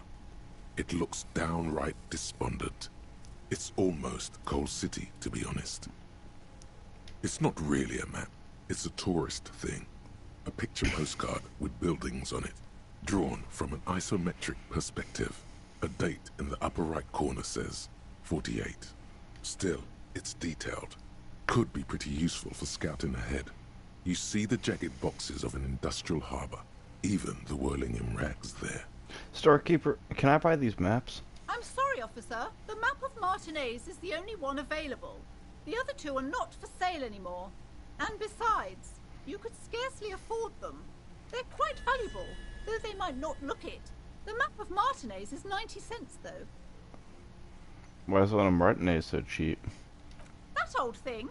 It's an out-of-date map of a tourist location that never was nor came to be.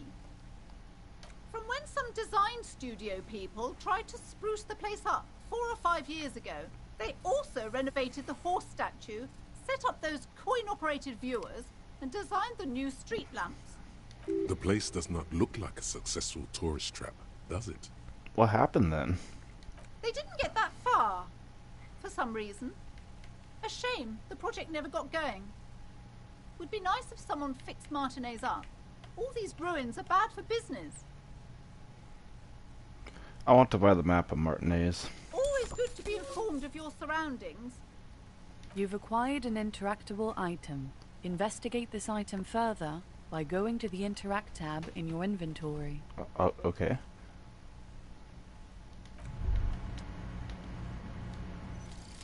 Inexplicable feminist agenda. What? There is something you need to see, sir.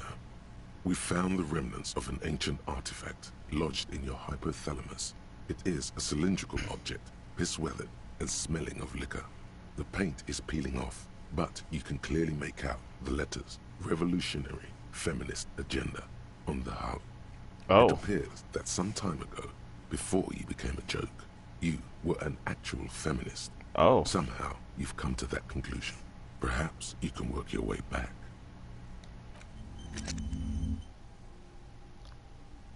Inexplicable feminist agenda.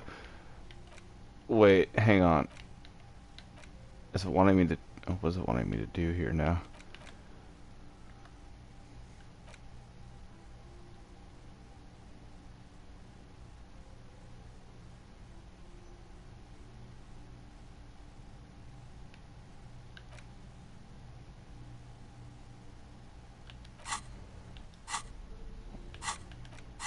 Wait, I'm so confused.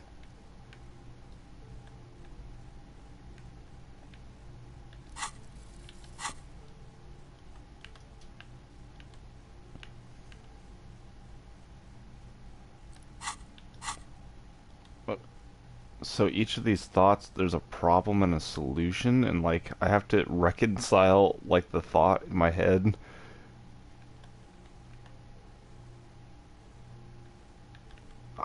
I don't even know, dude.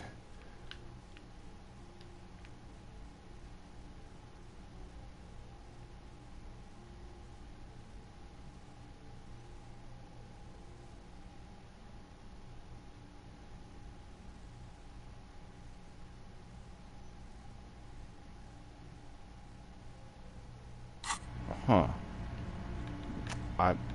I don't even understand what to do with that. The mechanics of this game are still kind of a mystery. It's not strictly about crime, romance, and biographies of famous people. There's also a wide range of paranatural literature. Amidst the various books, you find one written by someone named Matthias W. Dundas. It's about wholeness, unity, balance.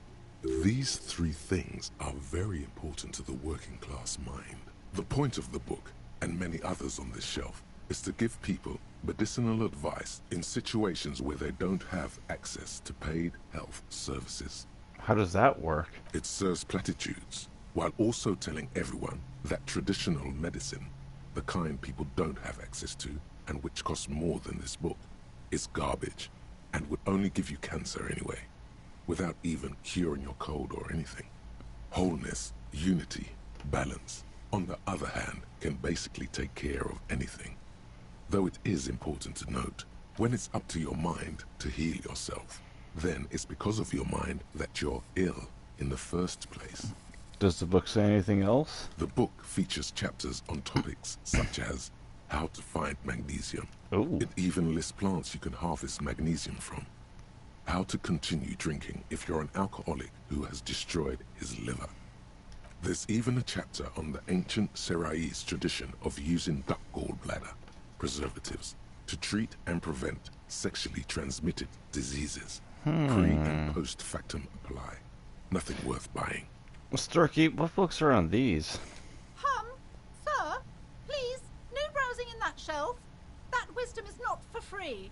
I can't have you end up, like, opening a police store next door and stealing my customers. Oh no! What?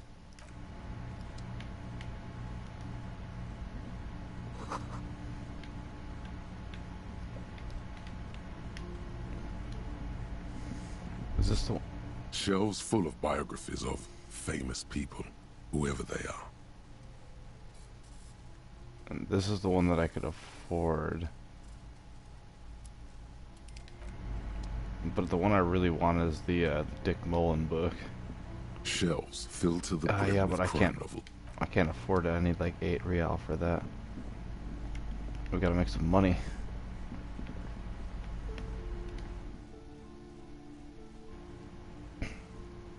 Also, I'm hungry. I need to order some food.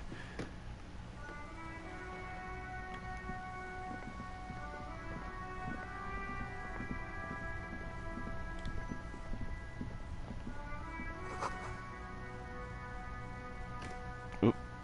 Damn, right as I switched off my YouTube on my phone, I got a comment. Okay, I'm looking at it now.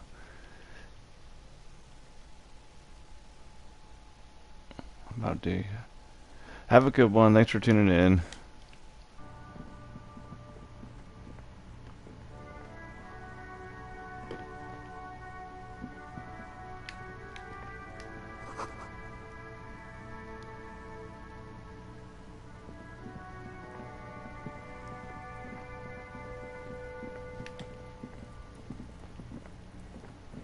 Okay. So, like...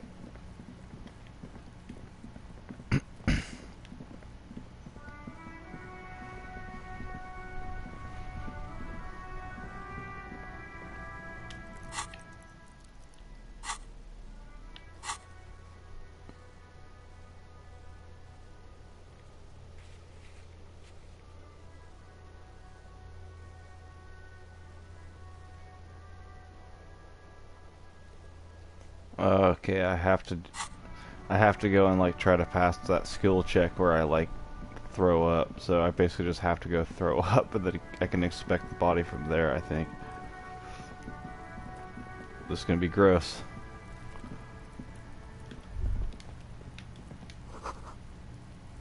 The ladder for kids wouldn't hold the weight of a full-grown man. There he still is, looking right through you with his white eyes. The body below. The smell is repulsive.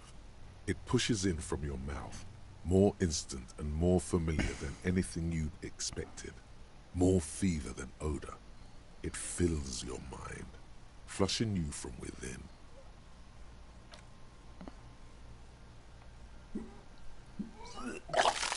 Oh. Oh. Oh, the sound. Too late. It's impossible to keep in. Your body curls and pushes it out, burst by burst. Until a pool of vomit lies under your feet, and your throat stings from the stomach acid. The smell of Commodore Red rises from the Ugh. Among it, distilled spirit and bits of shish kebab. God. It's okay. Happens to everyone. Keep it. Thanks. The hangover is clearly making this worse for you. You could use some ammonia to clear your head. You think ammonia would help? If you can handle the headache. Some officers use it to deal with cadaverine odor. But not you? I can't handle the headache. It's more likely he can handle the smell, unlike you. Okay, where do we get ammonia from? There is Frit nearby, east of the hostel. They usually have a small apothecary. If they don't... There's a greenhouse here, and a gardener with a wheelbarrow on the corner of the whirling rags. If she works here, she might have something for the smell. Pretty clever. Acquiring ammonia will provide a modifier to the white check. Modifiers make checks easier and allow you to retry them. Oh, okay. Interesting.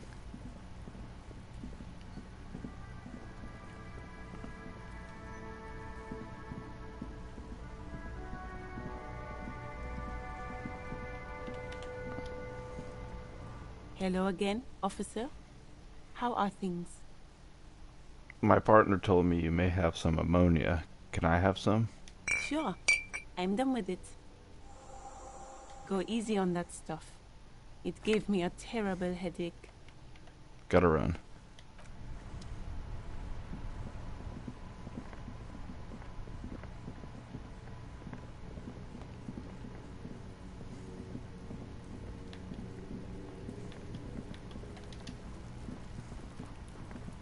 There he still is, looking right through you with his white eyes. The body below is entirely dedicated to that corpse smell. Emitting it is the ammonia only makes it worse. The combination forces tears out of your ducts. You manage to keep it in once.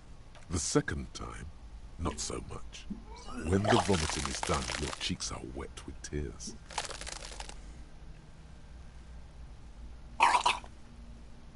God damn. The ammonia didn't help at all. Nor does the wind right now. I've seen strong men turn themselves inside out for hours. You are facing tough odds here. Alcohol withdrawal makes it considerably harder. Why can't I keep it in if I've been a cop my whole life? I've seen captains puke their guts out. It never gets easier. You never get used to the smell. Every Monday is cadaver day. Throw up, investigate. Throw up, initial autopsy. Throw up, baguette. Then drive to the station. Maybe throw up on the way there, if you didn't bag the thing tight enough. You seem to be fine. I think I've lost my sense of smell. A white lie. Not being hungover helps too.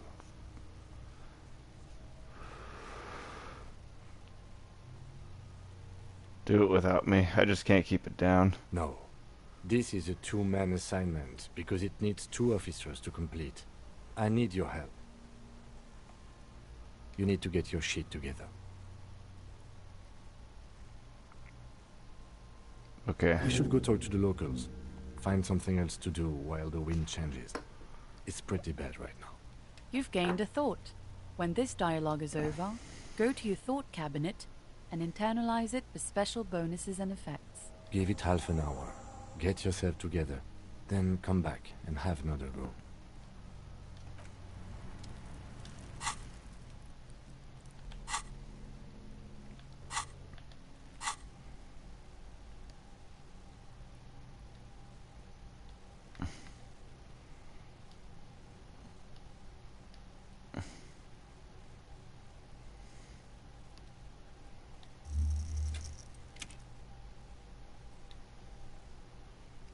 Wait, how do I internalize the thought exactly?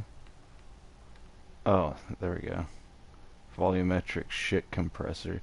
Your shit is a part, and it's rather unbecoming a cop. I'm becoming of a cop and a human being. It's supposed to be the opposite of that. Together, compressed in a small area. To achieve a solid level of shit compression, squeeze your butt cheeks together for 30 minutes. Do something similar with the two hemispheres of your brain. Talk to people. Maybe that will help.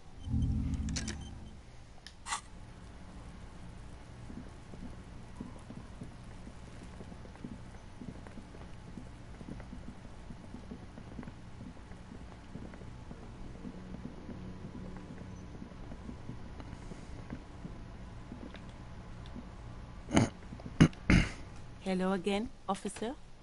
How are things? Okay, there's nothing there.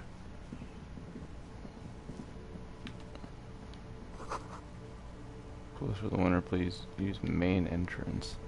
Is that here?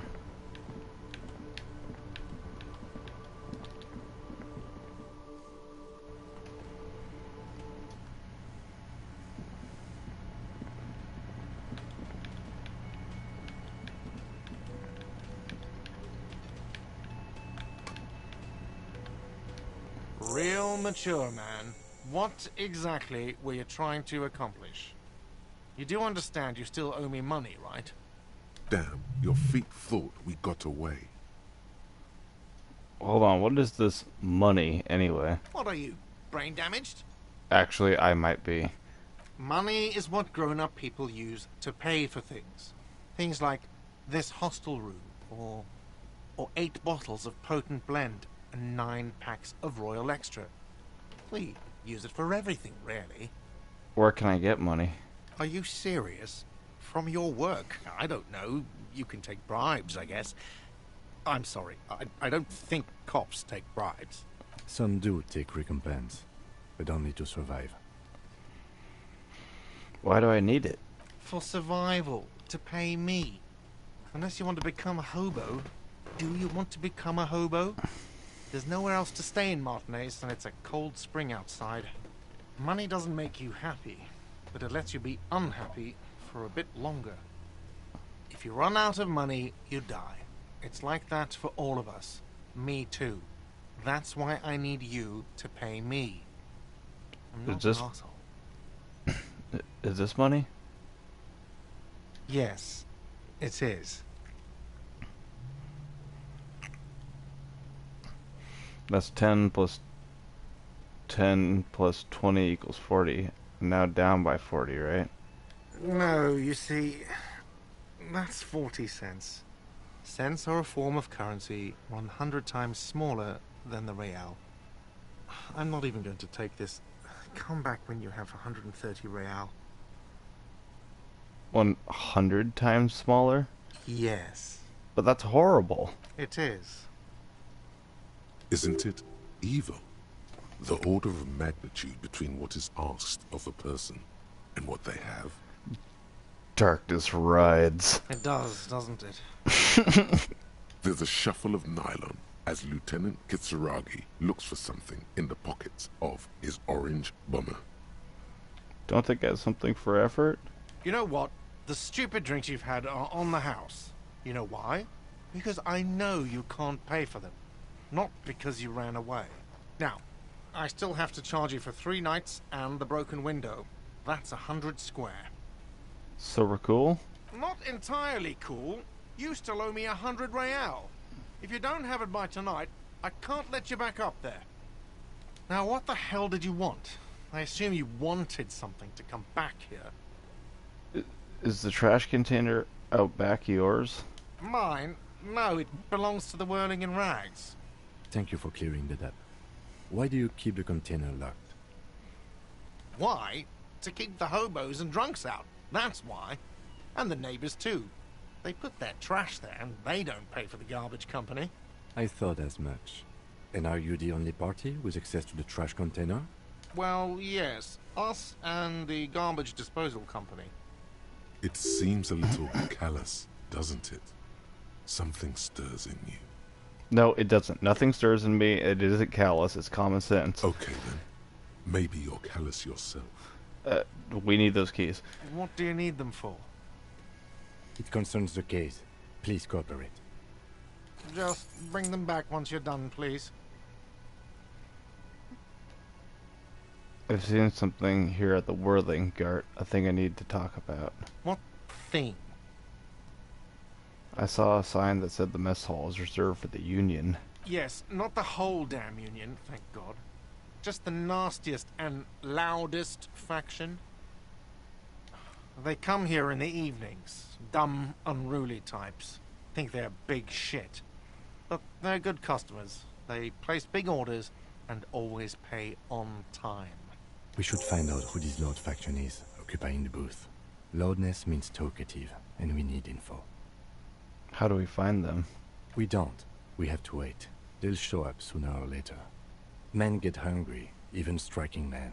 If not today, then they'll be here tomorrow. There are these things called days. You sleep between them. He's saying they'll come after you've slept. Just making clear you got that. There's something else I want to talk about. What? By the way, you should come back to this thing-based questionnaire if you see anything interesting in the whirling later. Goodbye. By the way, where is home? The address is coming up blank, and this place sure isn't it. Do I even have one? But you've been at this hostel cafeteria for only 3 nights. Where were you before? You had to be somewhere. Up on Marvel Hill. Why did you say that? Lieutenant Kitsuragi, do you know a place called Marvel Hill? No. But isn't that an expression, not a place? An expression? A saying. Up on Marvel Hill, a great high place. One that is impossible to climb back to. Oh. That doesn't sound like somewhere you can stay if you run out of money. Could I trace the way back somehow to the exact street, the exact number on a building? You can try. Run some addresses in your head when you get the time. Maybe a street or an apartment will appear. I got a thought for that, actually.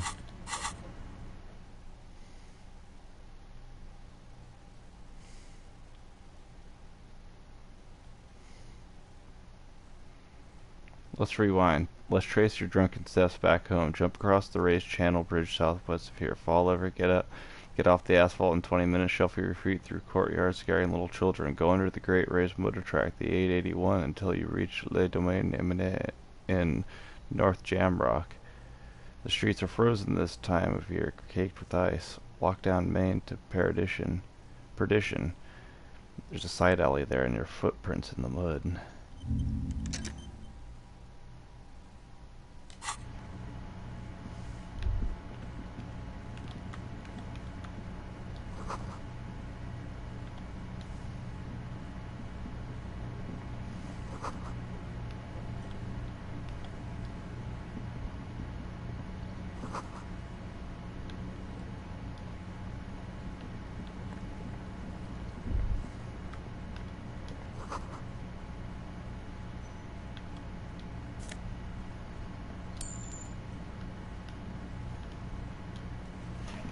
A thin man is smoking below an exhaust hood, occasionally sipping from his mug. This must be the Whirling's cook. As you step in, he nods toward the table and says something in a completely foreign language. The only words you can make out are Garancy and Kubek. Okay, it's definitely not his name. Whatever you do, please don't call him Garancy Kubek. Please. It's not funny. Hello, sir. Got time for a few questions? The man puts his cup down and replies something, his left hand drawing arcs in the air. You've got some impressive pots there. He smiles and bangs his ladle against each of his pots in turn. It's almost like music, especially with the sounds of assorted dishes boiling and simmering on the stove. I don't think I need anything else. Stay masculine. You see a heavy steel door with a prominent dimple lock. It's painted blue. The cobalt blue surface feels rough to touch. The stainless steel door is flush with its frame on every side. Old cobalt paint, rough on the fingers. 40, 50 years since this was painted, maybe. It leads to a side building. adjacent to this one. The old building next to this, half ruined. Whatever is behind it must be older. The door does not budge. I wonder where this door leads. You do? It's a door in the back of the kitchen. Why do you care where it leads? I'm drawn to its cobalt blue. It is quite pretty. I suppose we could look into it as a side investigation. Yeah, it's a mini side investigation. Garth is the person to ask about this.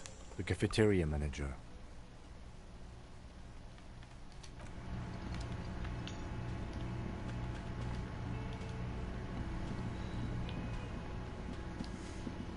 Can I help you? Gart, I saw another thing at the whirling. Another thing. Great. I love those.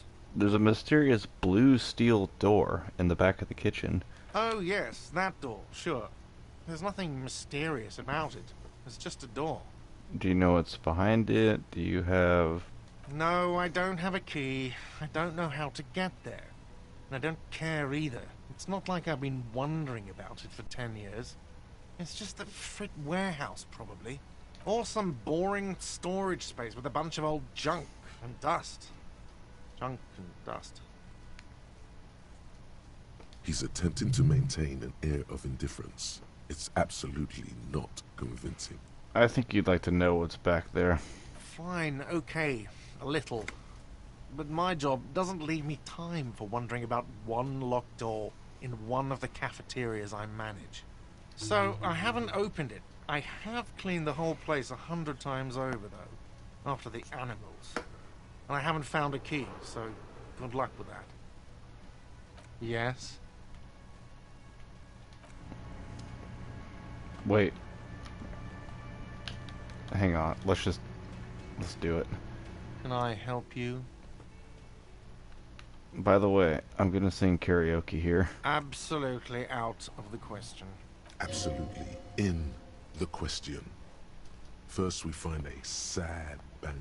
Then we sing this place to shit. Your body is ready, sire. Oh yeah, it's time to sing a sad banger. This feels right. You belong here. How do I do it? How do I do it?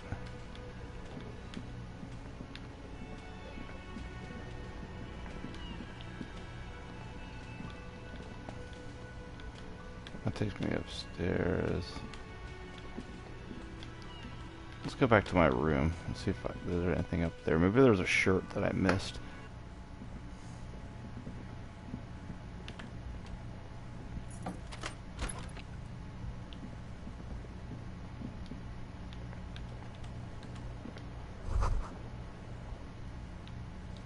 Kim also tries not to look at the pile of taped viscera on the carpet, or the weird suitcase on the hat rack, or the potted plant dying in the corner. But it's all just too morbid to ignore. The man is finding it hard not to trip on the tape, and not to send any of the bottles rolling across the floor, where unidentifiable sludge makes it hard for him to breathe. Smells of vomit in here.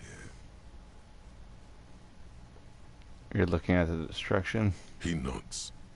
I'm sorry for this. No problem, officer.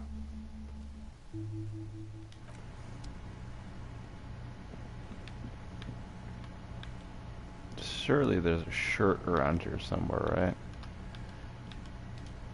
The bed is cold and not particularly inviting, but it's yours. The sheets look awful. The option to go to sleep becomes available every night after 9 p.m.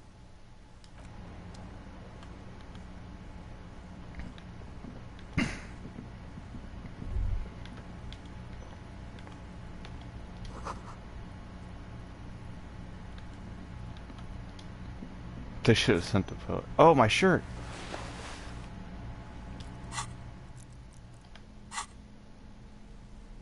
Finally, finally.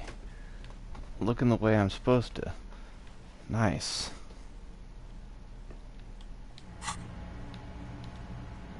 A mirror hangs on the bathroom wall. In it, your face, adorned with the expression.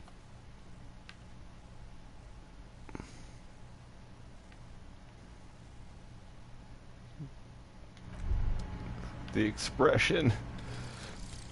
Volumetric shit compressor.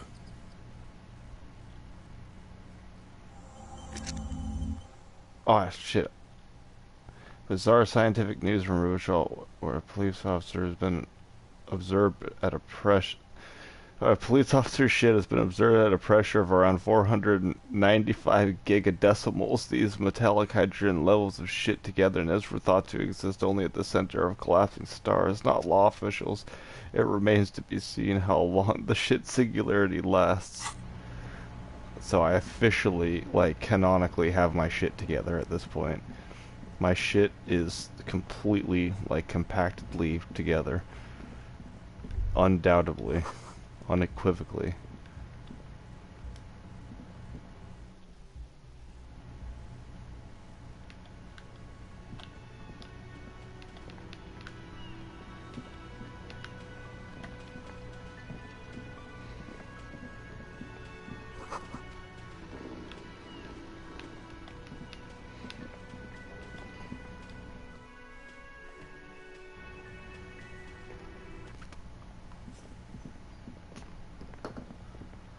Looks like it's getting darker.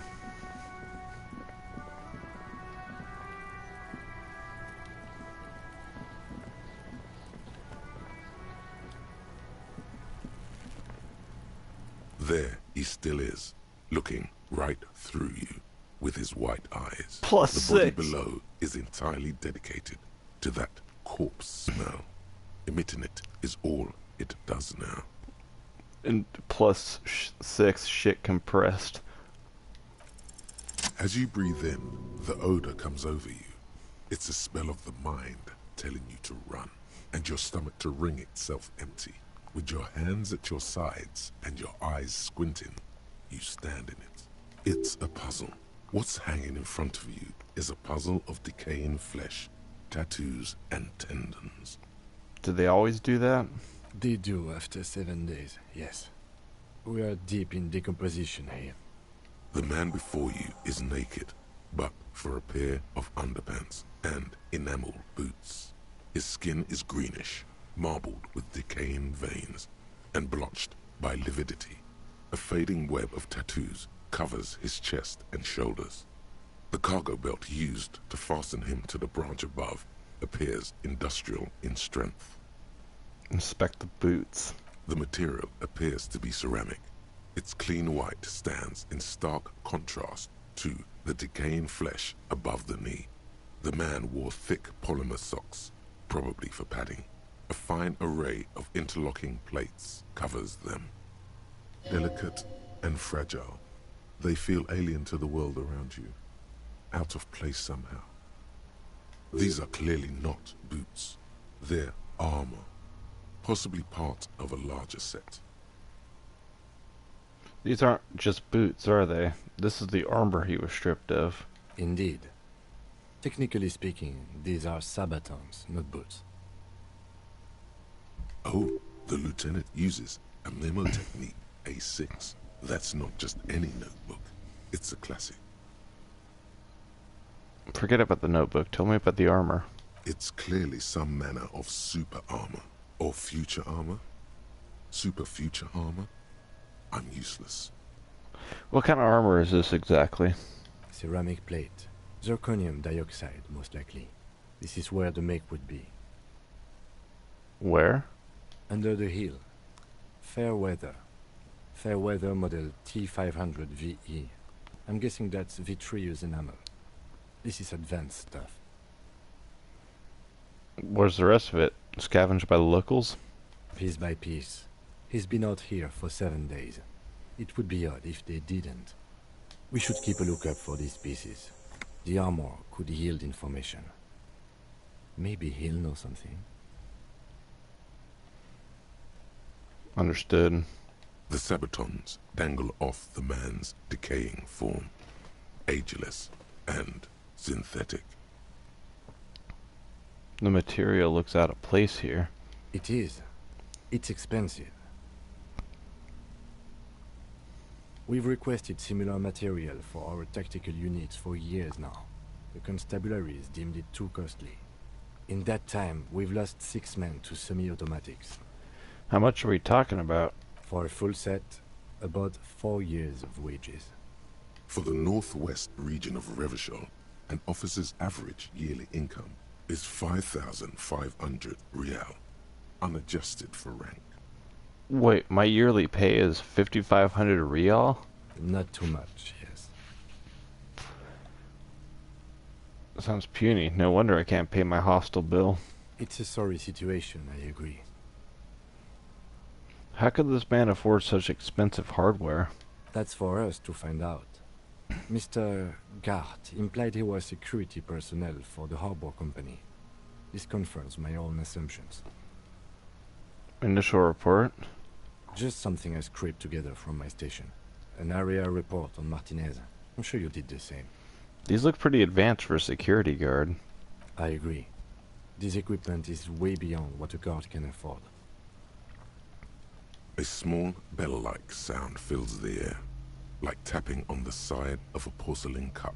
Sounds fragile. It's anything but. This material is a kinetic redistributor. It spreads kinetic energy horizontally, from plate to plate, dissipating it entirely. See? Faint, organic lines cover the plates, where they separate into smaller ones. These plates then divide into smaller plates, until there are hundreds of them altogether.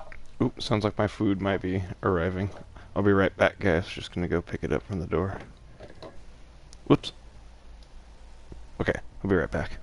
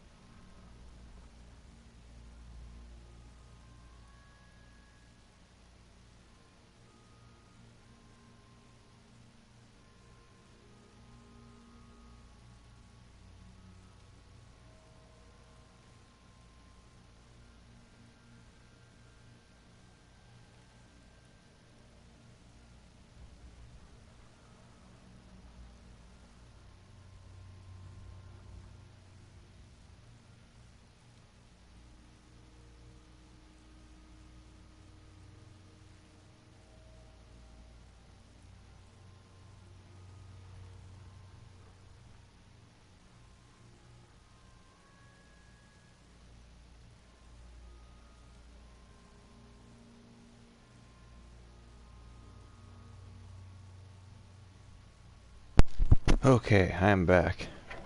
Food in hand. Let us continue.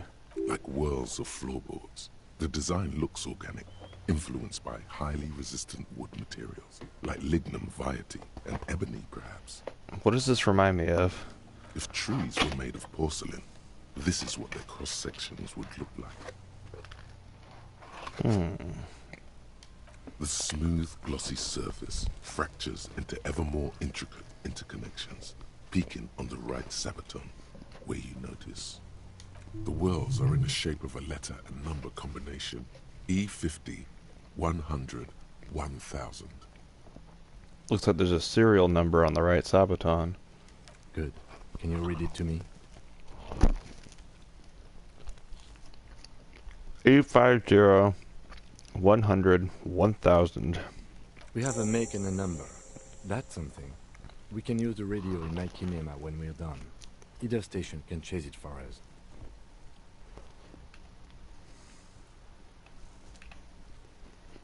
The cadaver slowly twists on the cargo belt, his torso covered in tattoos, and extremities blotched pink and blue. The hangman's knot is pulled tight by the weight of the corpse below. Yellow, hard-edged polyester cuts into his neck. Above, a sliding buckle ties the belt to the branch. This is a steel-reinforced cargo lashing belt, big brother of the regular cargo belt. It's used for tying cargo under six-rotor airships. Don't ask me how I know. But this is a lashing belt used for airlifting cargo. Airlifting? I thought it was used on lorries for strapping cargo to them. Apparently this is the reinforced kind for air transport. My brain tells me so. The local harbor uses 6 rotors to shuffle containers around. I get the sense they use whatever was on hand, without paying much attention to not incriminating themselves. Or assuming the dock workers from the harbor did it? I'm still approaching this as a lynching, yes. Motivated by the ongoing strike. You? Makes sense. Believably mundane. 70% of the cases I get are just filling in the blanks on the initial report. This belt worries me. They sure wanted him to stay up there. The rope is reinforced with steel wiring. I was afraid it would be. Thin steel wiring, parallel strands. This makes getting him down more problematic than I had assumed. How'd they even get him up there? A noose is one of those things that's easier to use one way around.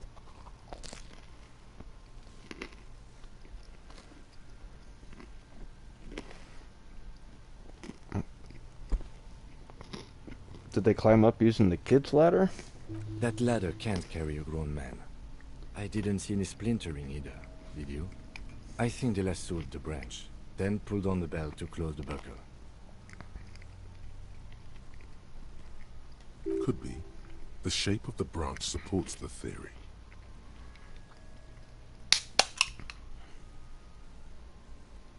The cadaver hangs from the cargo belt, limbs limp and torso covered in tattoos. An intricate web of blue lines stretches across the torso, from the right shoulder to the solar plexus. Each time they intersect, a small white star is formed in their crossing. Hundreds of fading asterisks riddle his skin. Their concentration is highest around his heart. Is this a microelectronic system? I have only a cursive knowledge of the science of cybernetics. I would not know if it were. But it's not quite complex enough, is it? It doesn't seem familiar from the insides of any radio computer your mind can imagine. The somewhat organic lines remind you of old filament memory units, but not quite. No, you're nowhere near right. I'm missing something here. So am I. He wears a wide leather belt around his waist and a gun holster under his arm. He takes a thin piece of milled aluminium from his coat pocket and pulls it open. Sounds like a sword being unsheathed. A small lens appears. Some sort of camera. Shit, Kuno! What the fuck is that? An instant color camera.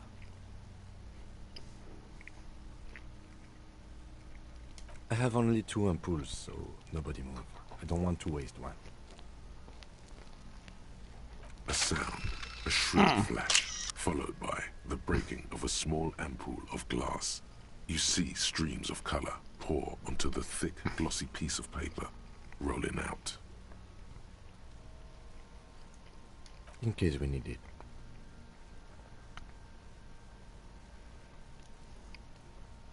Cool machine. Yes, it is pretty cool, isn't it?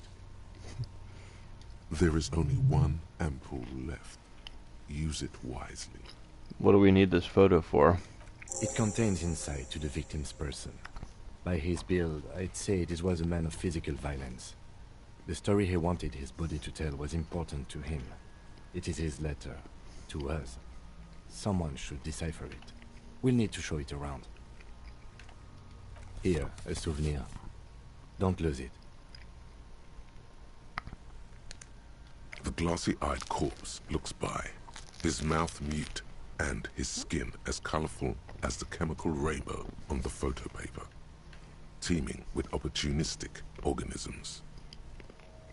His eyes are milky white and blind to the world, protruding comically from their sockets. There is no one home, just subaquatic terrors there. Dark brown hair grows on his head. His face is ready to explode from the organic processes inside. The death's head grin has passed. What remains is an unrecognizable mess. The corpse looks right through you as you distance yourself from its stench, eyes like a shark.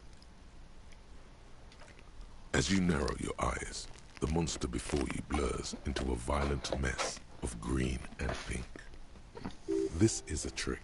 You've done it before. Pink is where the blood settled in the first hours post-mortem.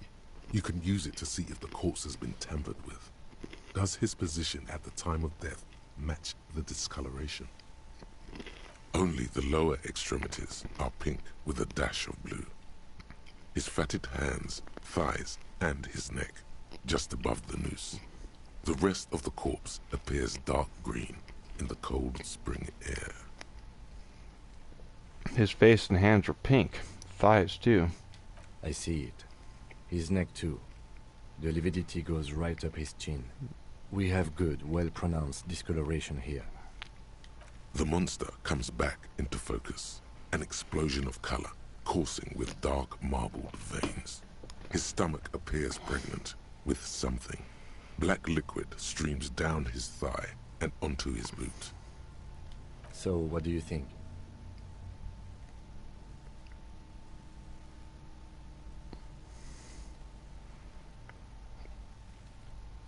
I think he was upright after death. His hands, feet, and neck are discolored.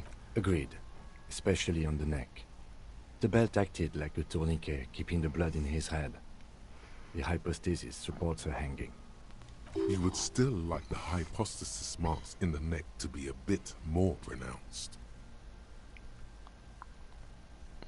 For some reason, my brain would like the pink to be more pronounced, especially in the neck. Maybe it looks faint to you? It could be more pronounced, actually.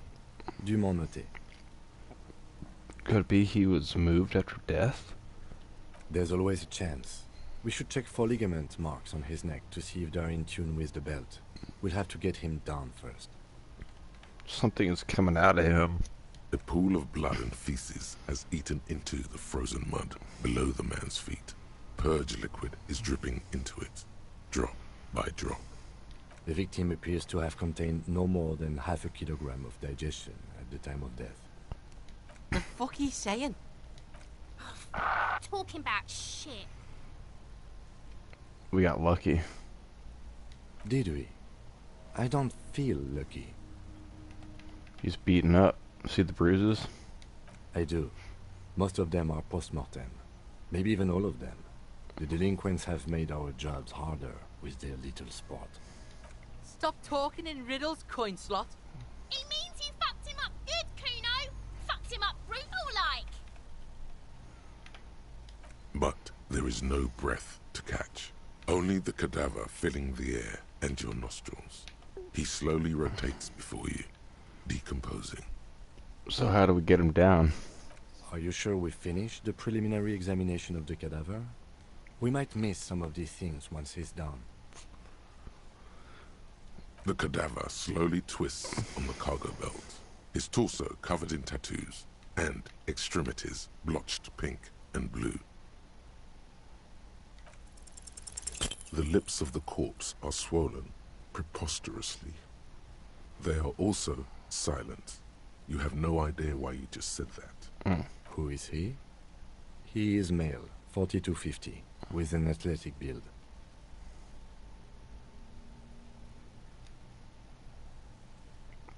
Yep, this preliminary examination is done. Let's get him down from there. The steel-reinforced belt presents a unique challenge. I brought chain cutters, but I don't see a good angle of approach to the belt. He doesn't actually think the challenge is unique. He thinks it's frustrating, annoying, and harder than he thought. The cadaver is a good 1.2 meters up. Neither one of us can reach the belt without assistance. And even if we do, there's the question of cutting the airship strength material. We could saw the branch. Climb up there and saw the branch? Yeah, it seems dangerous. There has to be a less risky way, with less falling down of trees. Can't someone else do it? Someone else? You mean like the police? I mean, so... Yeah, you have a point there. Sadly, yes. The whole RCM is out there right now, doing the exact same thing we are. Are we in a rush to help them? Not with this on our hands. I know it's hard, but I assure you, the others won't come to help us. And we have a growing sanitary concern here. We need to get him down, fast. Seems like a lot of hassle. Let's not... No, I'm not going to say that. Maybe we could ask for help from the harbor? I would really prefer if there was another way. These people might have an agenda. Yeah, wait, let's reconsider. But what other options? The corpse twists on the belt, like chicken on a skewer. Maybe we could shoot him down? Yeah! Bang bang time, pig! Shoot his head off! How? Where the buckle ties the rope to the branch. That's a good spot to aim. There. The buckle holds the belt together. Where? Ah, yes, I see. If the shot hits that, there might be a chance to release the belt. Yeah, now we're talking. Entertain a Kuno with some shit. They'll miss! The pigs will miss Kuno!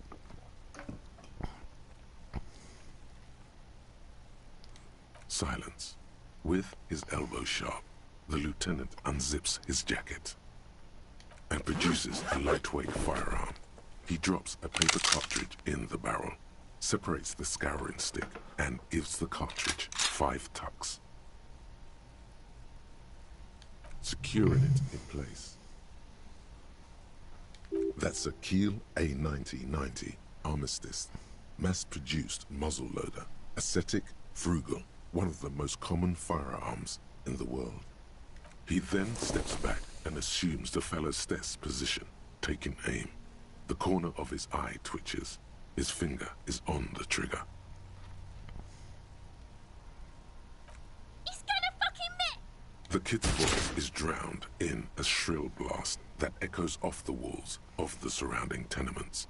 A cloud of smoke slowly parts in the air as the lieutenant steps back and says to himself, God damn it. a lot of things were wrong with that shot. The fellow's test was the wrong choice. His shoulders were raised, but above all, he cannot trust his eyesight. Fucking idiot! Mookabat asshole! Kuno could have hit it easy, but then Kuno's not fucking handicapped, is he? It's okay, man. Kuno's sorry too. Kuno feels sorry for the Beano Clad. The lieutenant doesn't say a word, just looks at the gun in his hand. Try again, maybe? No, we are lucky as it is. We didn't break anything, and the victim remains uncompromised. Any more mistakes could put us in an unfortunate position with the locals. We have eyes on us. I didn't do us any favors with that. What now? I have to say, it's beginning to look unlikely we can get him down without assistance. You know, you don't feel like too bad of a shot yourself. Can I have the gun? I should try. It's bad as it is. Us shooting firearms like punks. Go ahead. I'm not stopping you. Just don't lose it. They only have one gun. This is the sorriest pair of pigs Kuno's ever seen. Yeah, take it, you fucking banana boyka. Take it and shoot yourself in the mouth. The cold piece of bakelite and gunmetal is surprisingly light. Your fingers fit right through the guard, instinctively resting on the trigger. The fuck are you waiting for, Kuno? Tell him to shoot himself in the mouth. The buckle comes into focus in your sights. You stand with your feet planted firmly in the ground and your left hand supporting your gun arm. Why don't you just shoot yourself in your mouth? At least you won't miss.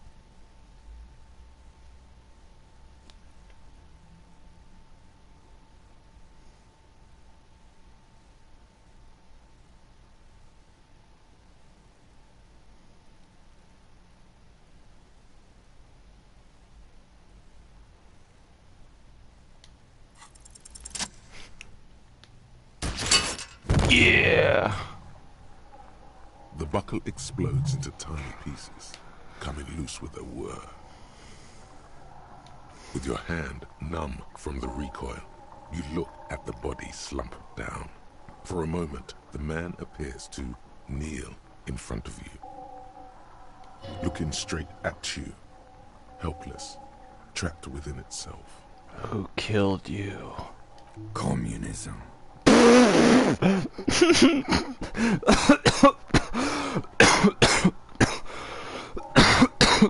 Oh my god, dude. Holy shit. Oh, that caught me off guard. That actually made me cough. Holy shit. Oh. It takes Hell a yeah. second for the association to flash within your cortex. You have no idea where it's coming from. Only that it's right. Communism. Then the rigor in his muscles gives up, and he smashes sideways into the spring mud, letting out a horrid stench. I leveled up. You've been policed. Ace is high. The Ace is High, a custom invented by the Aerostatic Brigades during the Revolution, is used to celebrate success in Revachol, especially in sports. The gesture is spread across the world, despite the defeat of the revolutionaries themselves. Slap it.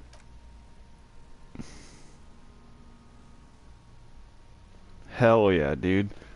The lieutenant takes a little hop to perform the customary salutation. Your palm hurts from the slap. It's precise and down to the point. Nice. I knew these guys were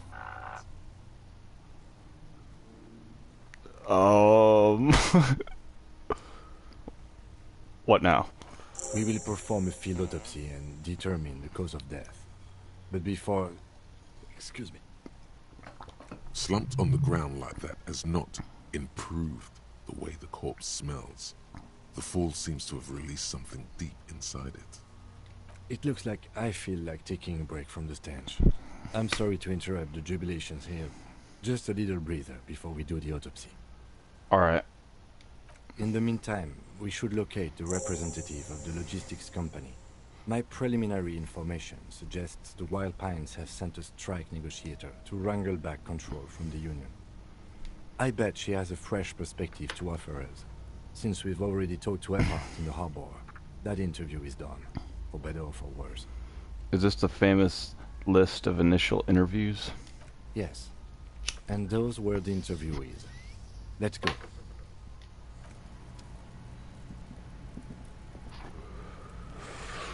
Alright, we're getting places.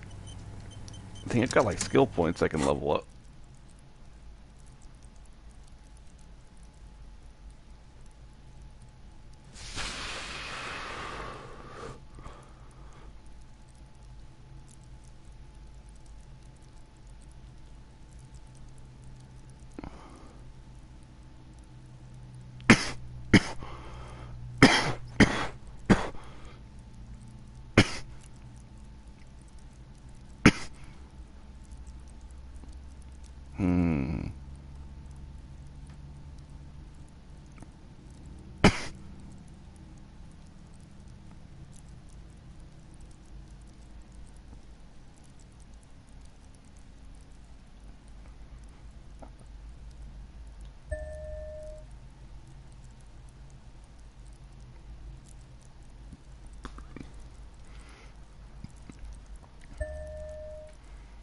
Okay.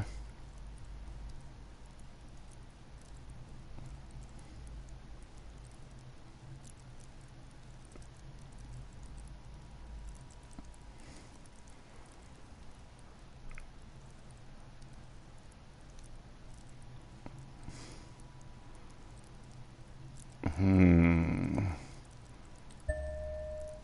Yeah, there we go.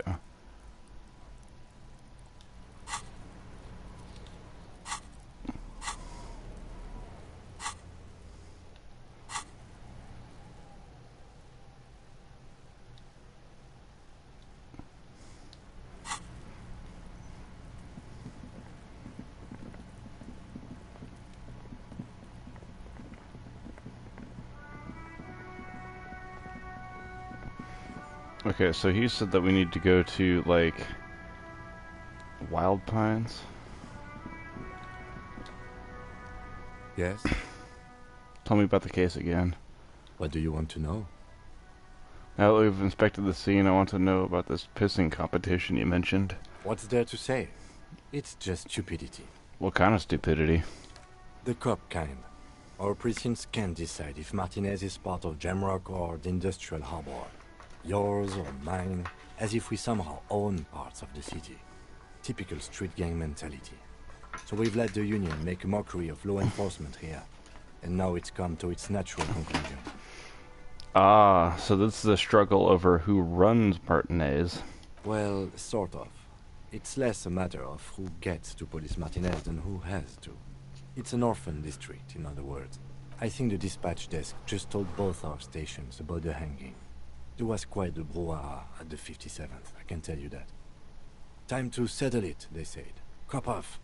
But I assure you, I am not their finest or toughest, with 102 cases solved.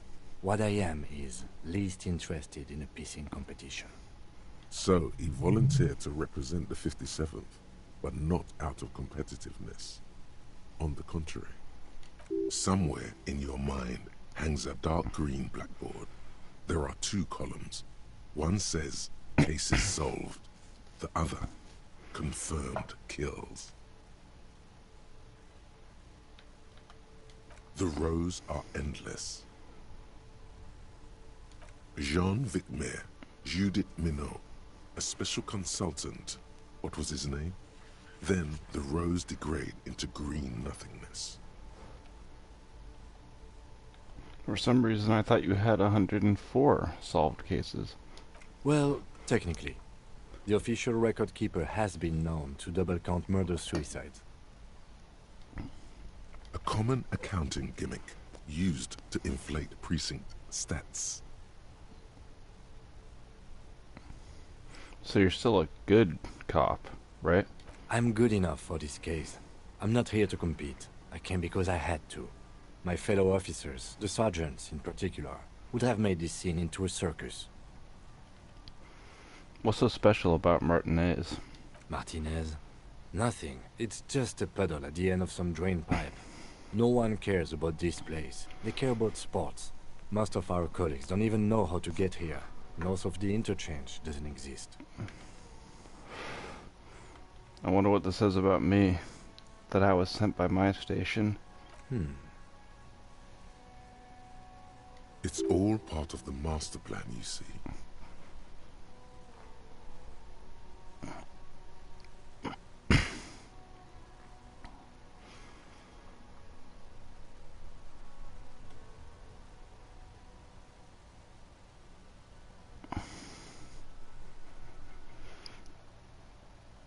I'm a highly experimental cop, but if I am right, this is out but even by my standards. Really? I arrived at the scene 3 days early, drank myself into oblivion, fully re-immersed myself in this reality, and then worked the case from an angle so crisp and fresh it produces never foreseen results, not only for criminology, but for the human mind. It can't be that.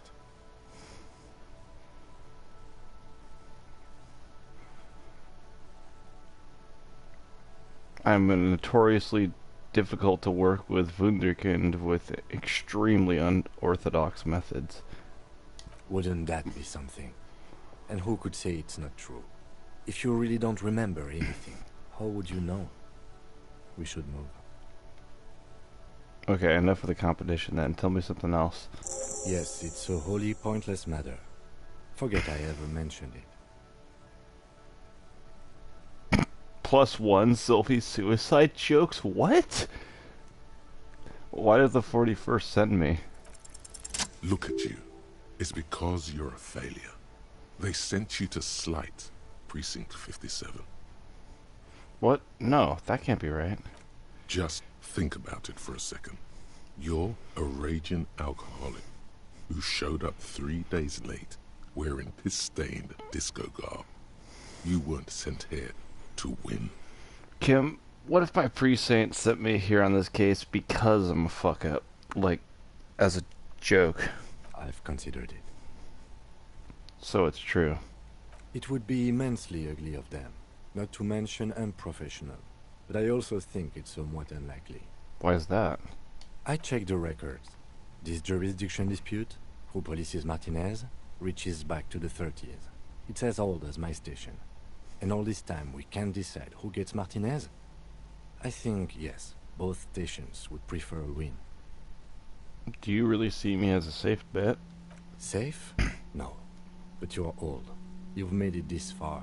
Something has brought you through. We've only just started working together, so I don't know what it is yet. But it's there. So no, I don't think they sent you as a joke. And even if they did, they are in for a surprise.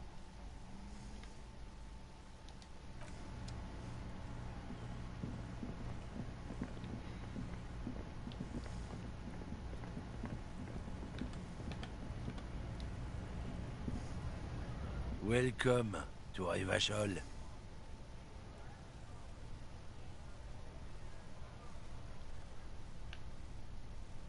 Hey, I know Revachol. That's where we are. Don't you welcome to Revachol me. My grandfather came here from a 3,000-year-old racist isolationist culture, while your ancestors came to this island a mere 300 years ago.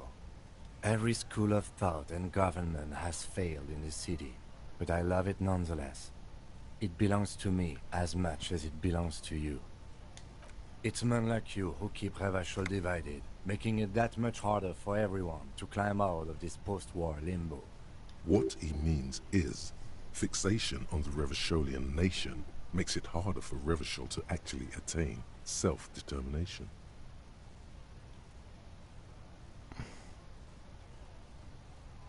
So we are in a limbo. Oh, come on, man. I just said welcome to Revachol. It's a lorry driver thing. I just noticed that the character's name is Racist Lorry Driver. I know exactly what you meant. You think my kind doesn't belong here, that I should watch myself and behave. But you see, I'm an officer of the RCM. It's actually my job to make sure you behave. I would advise you to remember that. Silence. The air between them becomes tense. Your partner needs backup. Now's your moment to shine.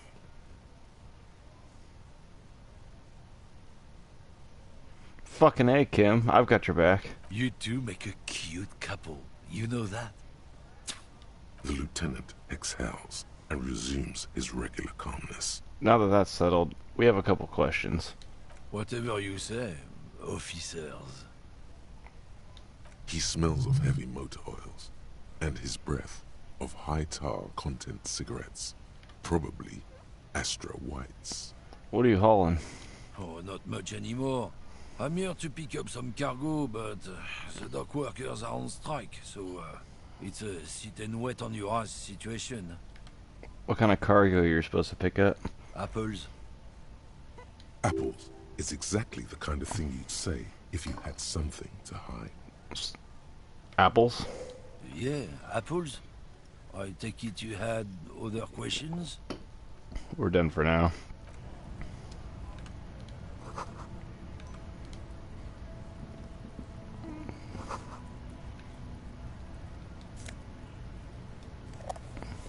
Hey, I found some magnesium.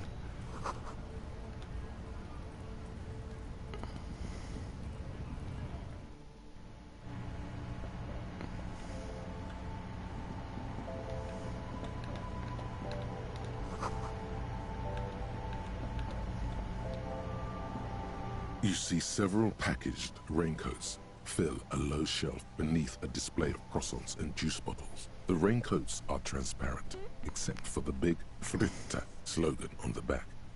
The packages are small, discreet, sloppily stacked, making them easier to take unnoticed. No need to worry about knocking over a display. What's that? What is what? It's a raincoat. If you want to buy one, then it's only 4 real. Her attention is drawn to the raincoats. Stealing one undetected will now be more difficult. -1 asks what it is. That's awesome. A small cabinet on the wall is filled with various medicine bottles, nasal sprays, and blister packs. They all bear the Saint Baptiste Pharmaceutics logo.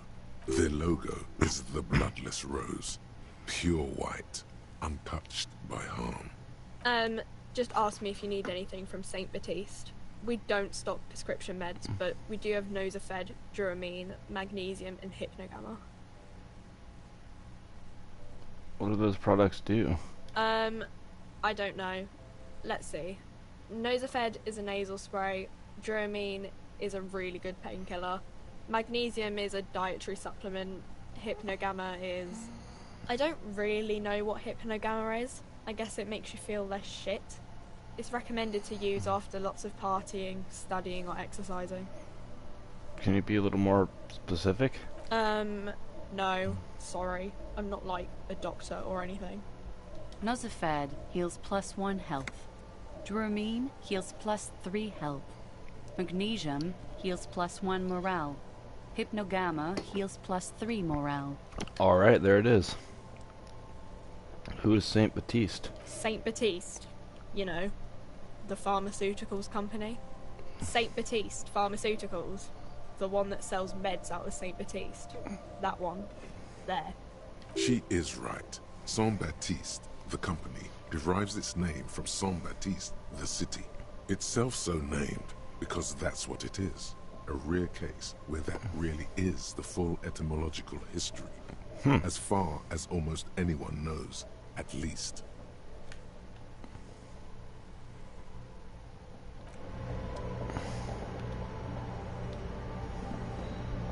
The tear machine stands in the corner.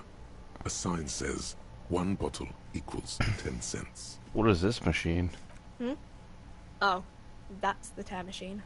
Yeah, but what is it? It's a machine for tear. You know, you find tear outside, like bottles or whatever, and put it in the machine, then it gives you money. I see. And how do I pick up tear for the tear machine? You need a bag, I guess. We used to have some, but we gave them all out, so... Feel free to use it if you find a bag, though. I'm sure there are some out there. Somewhere.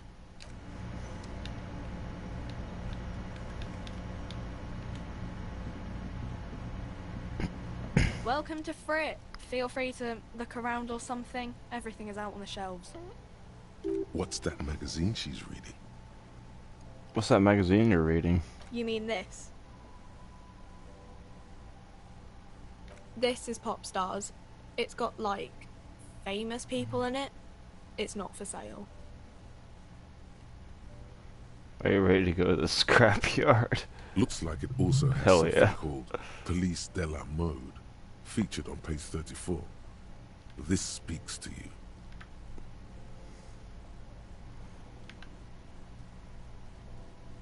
Forget about all that. What is this fashion police feature? It's where they rate different outfits famous people wear. It's kind of funny. They're kind of mean. It's about who's the most stylish. I bet your hat would take the prize.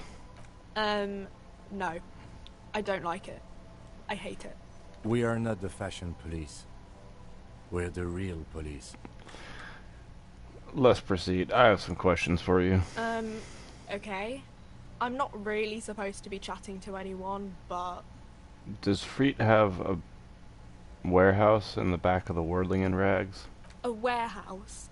I don't know. Maybe. I don't really care what Frit does. Come on, give me something to work with here. She looks up from under her brow. Fine. Frick doesn't have a warehouse. Just a little back room here. Okay?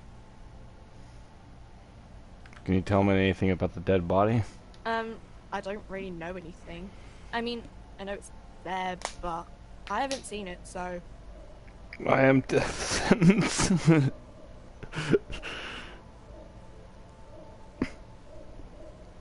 Not really.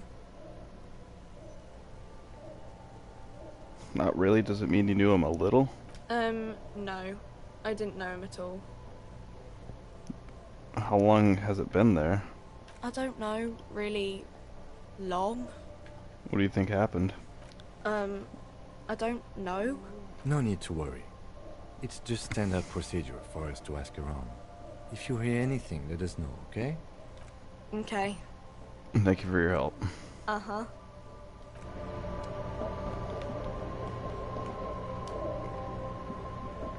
Being a cop requires a lot of legwork. Just walking around asking people the same questions. 3 T's, idiomatic.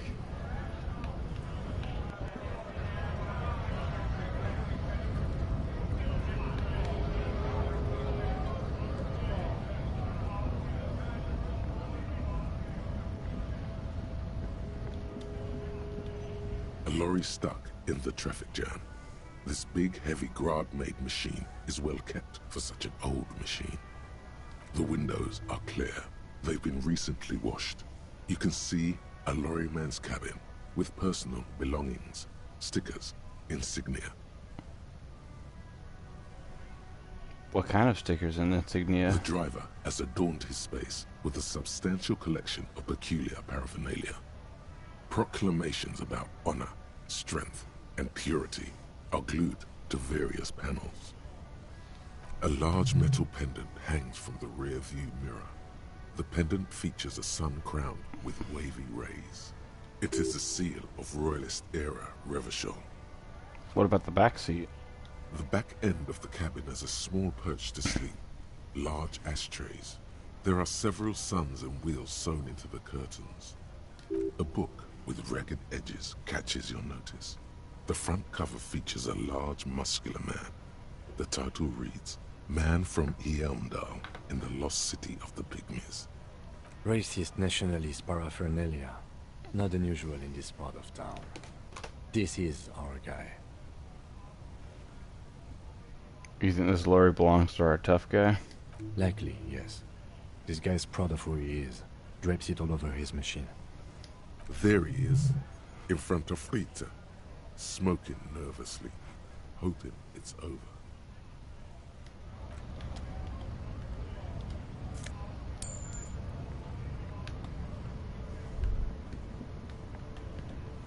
A Stars Ryko, one of the finest Zhimsk-made motor carriages ever. An oldie, but a goldie. Who drives these? Not many people outside of Grad. And Revachol West, too, it appears. Hey Kim, check this out. A Stash Ryko KK2. That's a classic model. Never thought I'd see another one repainted after what happened last time. Hold on, maybe I can impress him. Do I know what happened last time? No, only that the motor carriage is typically baby blue. The colors of Sigismund the Great, an ancient Zhimsk ruler. His banners were famously zephyr and white. The colors of the Stars Ryko. Let me guess what happened last time, Kim. Blue and white are the colors of Ziemsk. Someone painted it, got a Ziemsk mad, and boom, murder happened. That's, well, yes, exactly it, more or less. Except it was a crowd of them. Tore him out of the vehicle and ran him over with his own tires. They said it was an honor killing, Hussar style. The James community protested the trial, flying the colors. 5,000 came to protest. Correction. 4,395. The fourth largest public protest of a criminal trial in Revachol. Hate to correct you, Kim, but only 4,395 people were on that protest. Is that so, officer? I'll take you at your word. Who are the Ziemsk community? People we are paid to protect. Let's leave it at that. What'd they sentence the killers to? 4 years for murder in Reunion. The perps were remorseful. Their sorry knocked 8 years off the sentence. That's the system. The prisons in the greater Revachol Industrial Harbor are already full. Prisoners are expensive to maintain. The longer the sentence, the larger the cost. Kim, could our hanged man have been the driver of this car? Could it be another Stajrajko murder? Honestly, that just doesn't seem like the type of vehicle our dead guy would drive. So my initial guess is the two are not related. Interesting. Before we proceed, I've got an opinion on this paint job. Yes, detective? I think it looks better brown and black. Okay. I'm not going to honor kill anyone over this. But I've seen it blue and white. It's much better that way.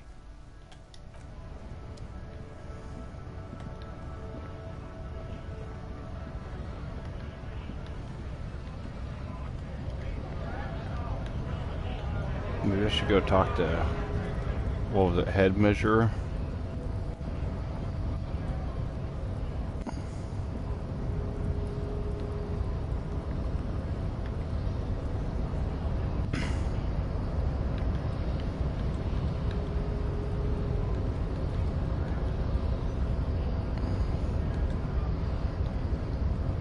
Nobody betrays your degeneracy.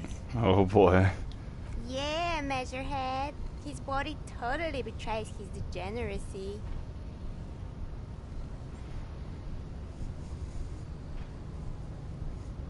My body is unimportant.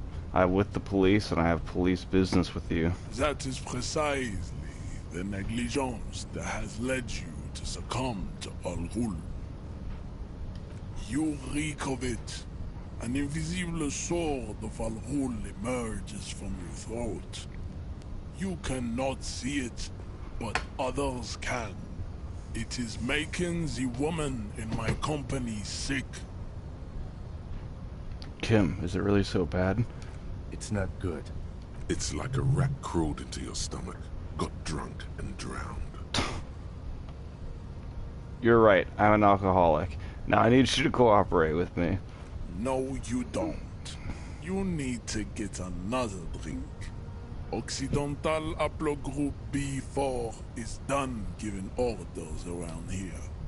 The influence of the ham sandwich race is waning. Does this remind you of someone? The guy down there?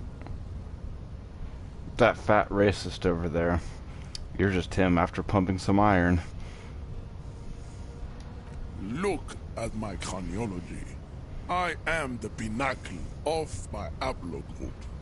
The pink blob is a bad example, even of yours. It saddens me. You were once a noble and powerful race. You gave the world eugenics, electricity, and powerful weapons of war like missiles and aerostatic aircraft. You made great gains in metallurgy, race theory, and statecraft. You dominated lesser cultures. What? Like the deformed Hemians and the inexplicably potato-obsessed Quakers. But now your ascent to the genetic summit has halted. You are obsessed with sadness and with frivolous pop culture. This guy's like the final boss of racism. You will be superseded. Isn't that right, babe? It is, baby, yeah. You know it. This situation is serious. Your people have probably killed a man. Enough with this begging. You should leave the stage of history with dignity by inviting the other races to a great world war. Bring your troops to the Simonine Islands and to Boogie Street, and we will pulverize you. Boogie Street? When you are gone, we will build a museum for you. The walls will be lined with bottles of Al Ghul, your beloved beverage. Inside, we will store the odes to homosexuality you call art. and your microcephalic skulls. Hmm. You could internalize Measurehead's race theory. It would enrich you rhetorically. Wouldn't that mean I would have to become a Semini supremacist myself? Well, not as such. What you do with a mastery of advanced race theory is up to you. You could reject the findings, sure, or accept them and become an advanced racist. I don't like the sound of that. Isn't Everard the union boss white? Don't be vulgar. White or not has got little to do with this. The race enigma runs much deeper than that. Yeah, but you still serve him. How does that factor into your life? Mr. Clare is a man of vision and means. He has the will to confront International Capital, which is something your race naivistic communists never did. Also, to serve is noble. It takes discipline. Your petulant individualism has only contributed to your race failure. It is lax and moronic. I'm no communist. Communism is pretty cool. Individualism is my jam. My jam is a mysterious fourth thing. Yeah, my jam is a mysterious fourth thing. Jam. Individualism. You have gotten these ideas from degenerate youth culture, have you not? You have picked them up from rock and roll songs? I've gotten it from disco, actually. Offshoots of the Seminoles people invented disco while having sex under the influence of cocaine. It is a shame upon my race. But what is done is done.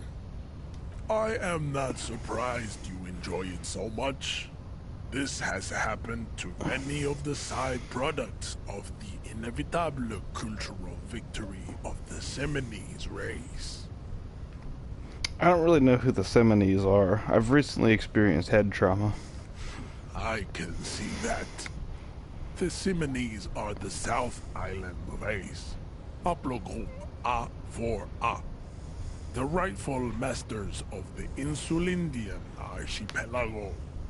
We descend from the Areopagites of ancient Pericarnassus and arrived here 4,000 years ago. We are the future.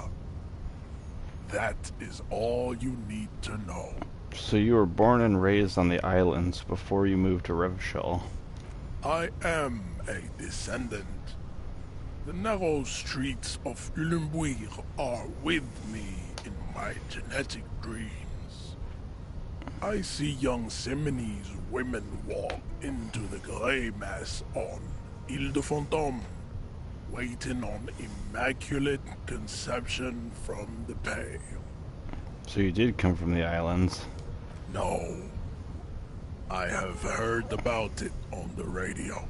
So you're not really Seminoles, you're just from Revachol. I'm from Couronne. And no, it is not just in Revachol. The city is central to the Seminoles strategy. Spreading through its trade networks, our culture will dominate the world. You have heard enough about our phylogenetic secrets for today. You have extinction to come to terms with. Think upon it. Kim, what do you think about this? I think this racist is better than the last. But the next racist will be the really good one. That will be the... That will be our lucky racist. He will grant us 3 wishes. Your pedomorphic friend has quick wits, a protruding occiput, and an indented zygomatic bone.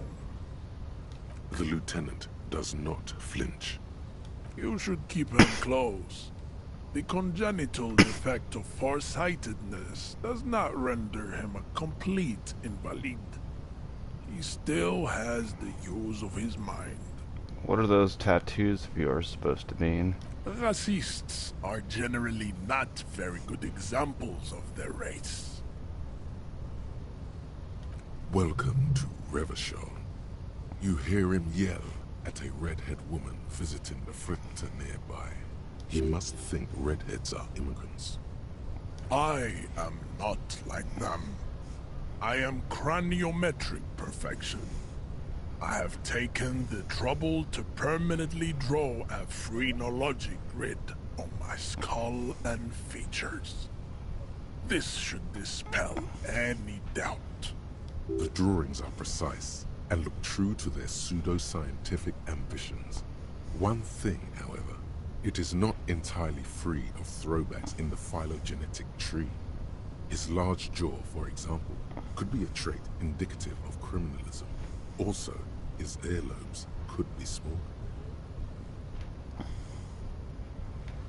Are you sure? I mean, that jaw is clearly an atavistic stigmata. That atavistic stigmata makes pussy say yes, plenty. Oh no. Babe, thanks. But I got this.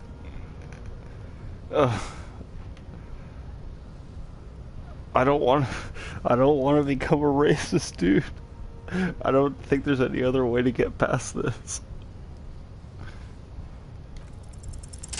Ask what kind of races there are first.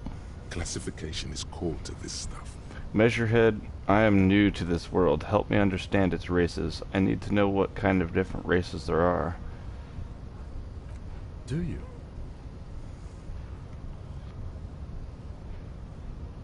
This is for the thing. What thing? We already got in the harbor. You just want to hear about races, don't you? You are obviously a liberal, Sailorite. A polyculturalist. I can see it from your love of microtechnology and your sartorial choices. Do not deny your friend the truth you have denied yourself. There are 3 categories of race. Type A, the heroic races. Type B, the servile races. And the vile CF race cauldron of pederasty. Which one do you need education on? The vile CF race cauldron of pedestry, please. I knew you would go straight for the vile cauldron. Everyone does. You need to first learn about Type A and B to appreciate the depravity of the chimeric races. Yeah, I mean, otherwise, it just won't make any sense. Yes, it would seem nonsensical. Well, even he agrees? Okay, type A. Those are the Simones, the Areopagite, and the Occidentals, excluding the Maun, of course. The Maun are riddled with eczema to the point where they find it impossible to smile. They are all lactose intolerant, a common result of inbreeding. God damn. A receding genetic pool has led the Maun on reprehensible street parades. In Maun cities like Stadskanal and Vredefort, wearing wooden clogs on their feet and little green tassels on their hats. Okay, got it. Who are the type A then, in your view? The Vespertines and Messenians of Vesper and Messina, the ancient Meteorans of Meteo by the golden Pisantic Sea, the Suren of Sur-la-Clé, and even the North Königsteiners, all have Type A race propensities.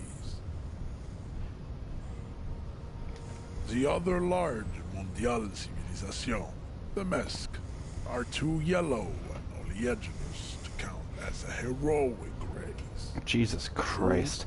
They are violent and expansionist, but they have a glandular problem. Overproduction of sebum.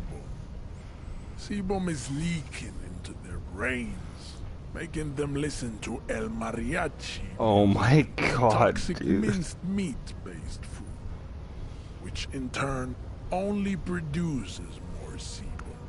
I'm locked in. I can't As escape. proven by the mound and the mask, Occidental Type A is in retrograde. The Semenese and the Areopagites are on the ascent. The Areopagites are sleek, long-headed. The Semenese are powerful, mesomorphic. The former is an immutable progenitor, unchanged since the Super Isola of Pericarnassus. Ancient brains rest in their slender skulls. The latter is perfected and adapted. Together they form the Simeno-Areopagite or Simeopagite super race. That is all. There are no more Type A races in the world.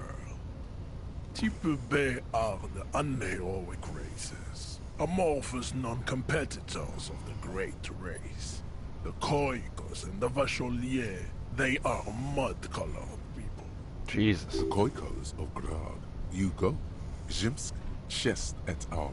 Are what you would call white, officer, in a suspect description.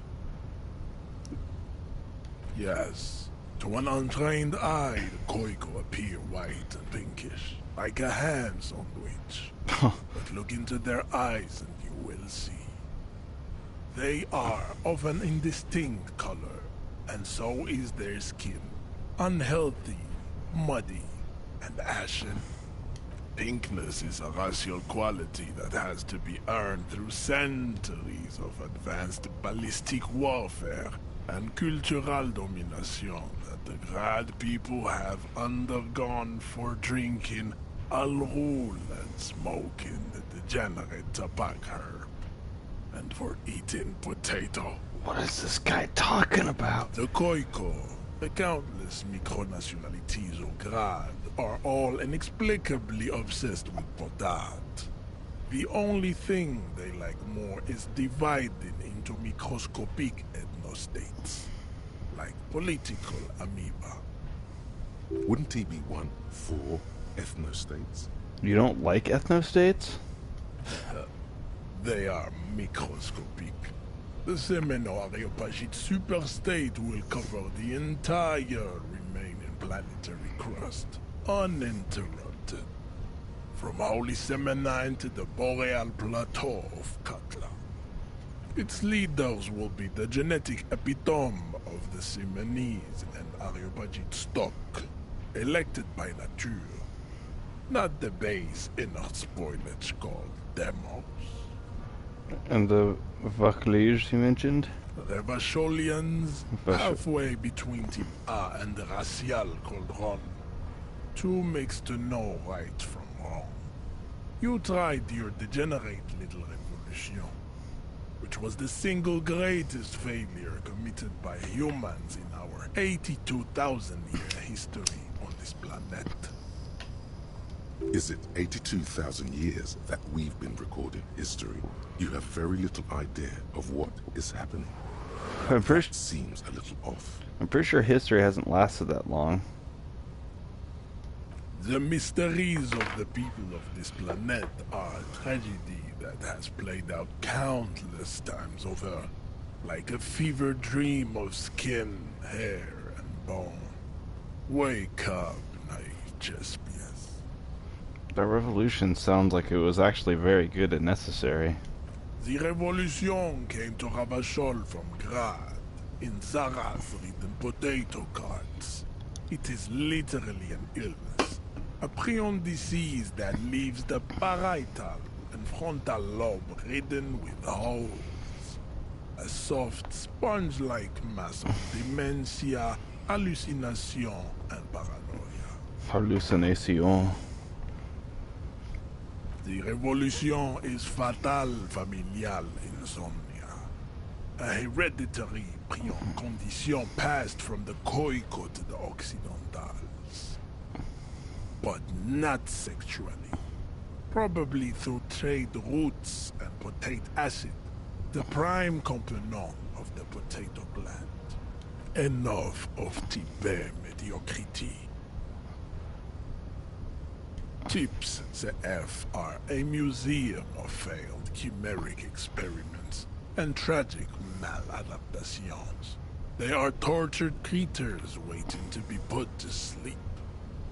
It would be cruel to entertain ourselves with their deformities. Were there any able-bodied races you needed education on? Now that we've been through all the types, do I understand advanced race theory? You understand nothing. To solve the great race enigma, you have to first ask yourself, Oh, thank God. what is the race enigma? You have not even worded the mystery, let alone solved it. I don't have any time to go deeper into this stuff. Lost, though. Buckled away at the last gate. This is why your haplogroup will never rise from the ashes. Now, I need to luxuriate in the private company of my babe. Leave me. I cannot possibly imagine what else we have to discuss, Tibere Vasholian. I must bask in the admiration of my babe.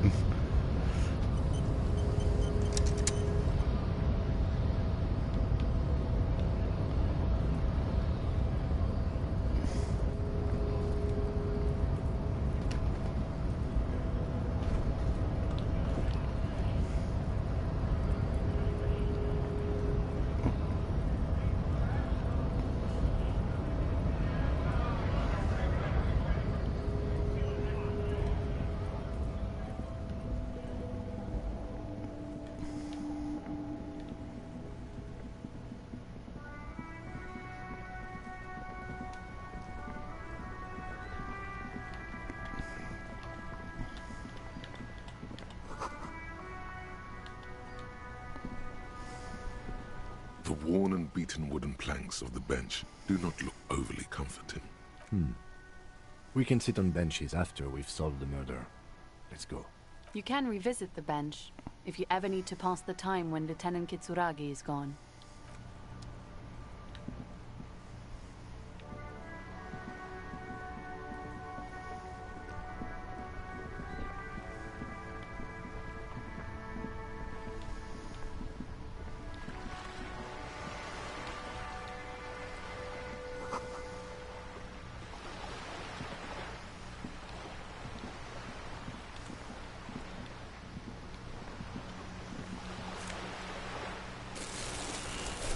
Oh, I got a bag. I can pick up bottles now and turn them in for money.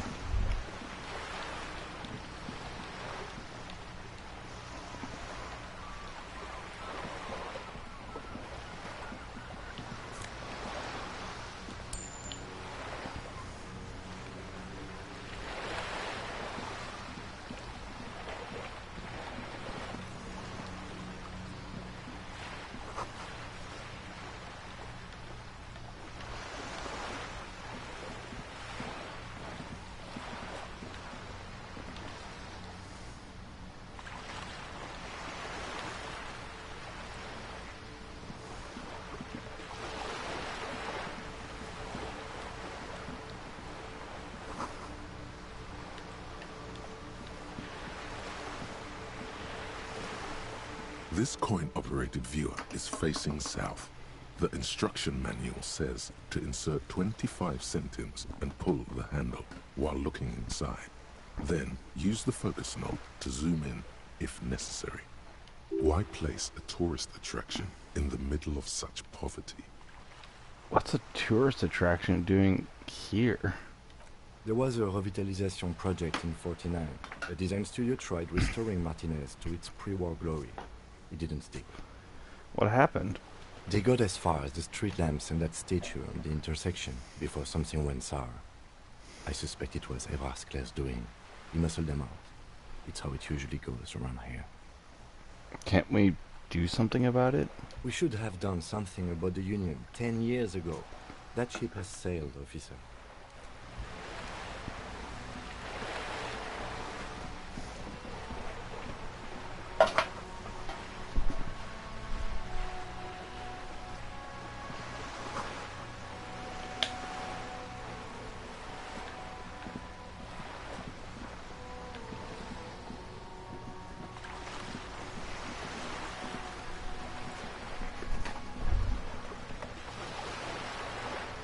Whoa. What have we here? A bridge? A bridge with loose nails and rot-infested wood that creaks in the wind. A construction code violation if there ever was one. Kim, it looks like we've got a construction code violation. Sure. They never cleaned up the war damage. The rest of Relachel looks better, though. But Lieutenant, think about the splinters. The bridge is fine enough. Locals use it all the time, after all. It's nothing to worry about. Shall we?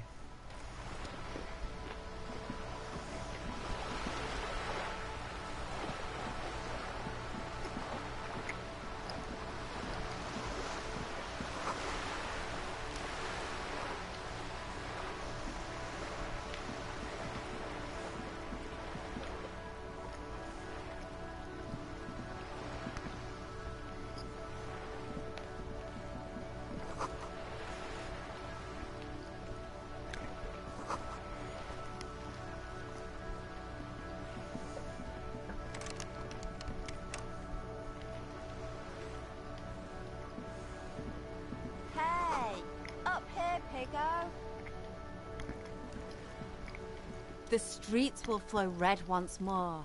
A great torrent rushing down Rue de Esperance. You wait and see. The streets will not flow red with anything. Who are you? I'm Cindy the fucking Skull. What else do you want to know? Date of birth, blood type, the last time I was tested for Hep C. We just want to know your name, little lady. No need to get defensive. And here I was, trying to be polite. Just can't win with you pigs. A brush, an artist. The red splatter is urban expressionism. You keep looking off to the side. What you looking at? The lieutenant furrows his brow at another one of your eccentricisms. Hatred, disgust. It's difficult to tell which of the two is more present in her girlish features. The woman on the boat does not notice her staring. That Ozon whore. Someone's got to keep an eye on her. Ozon is an archipelago 2 days' travel away from Rivershot. Its moneyed residents, used to posh restaurants and upscale boutiques, rarely have a reason to visit Martinez. Probably the Wild Pines rep. We should talk to her. She's a professional negotiator, though. I have the feeling she will be very cooperative while telling us nothing. You should take the lead. Ask her unexpected questions, you know? Do your thing. Don't be afraid to get a bit wacky. Throwing her off is our best bet. Good idea, piggies. Run along now. Fuck her shit up good. Impound that boat while you're at it. I'd like to watch her swim back to Ozon.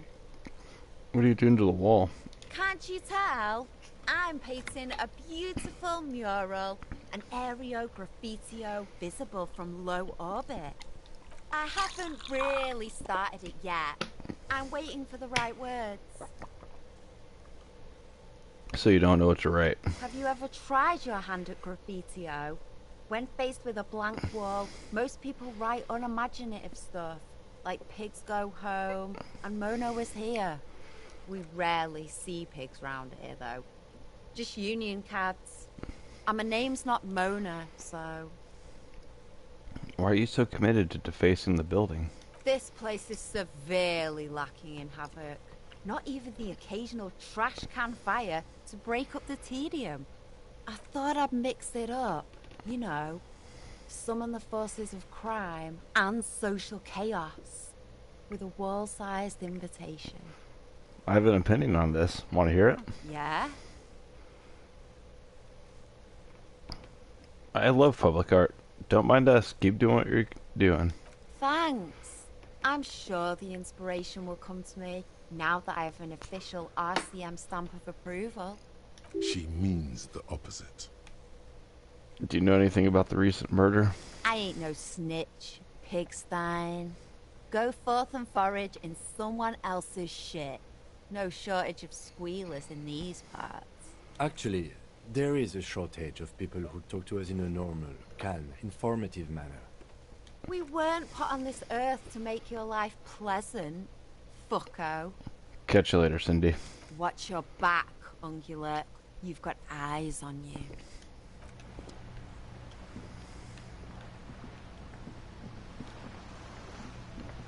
A sturdy metal door guards the southwest entrance to the apartment building. It's locked. The door rattles against your knuckles, but there's no response. The door rattles again, but this time you hear an elderly woman's voice calling out from inside. Stop banging on the door! I'm not letting any more strangers inside. This is the police. Open the door. The police? Everyone knows the police don't come round here. But I'm not joking. No, I already told you. I won't be responsible for any more strangers getting into the building.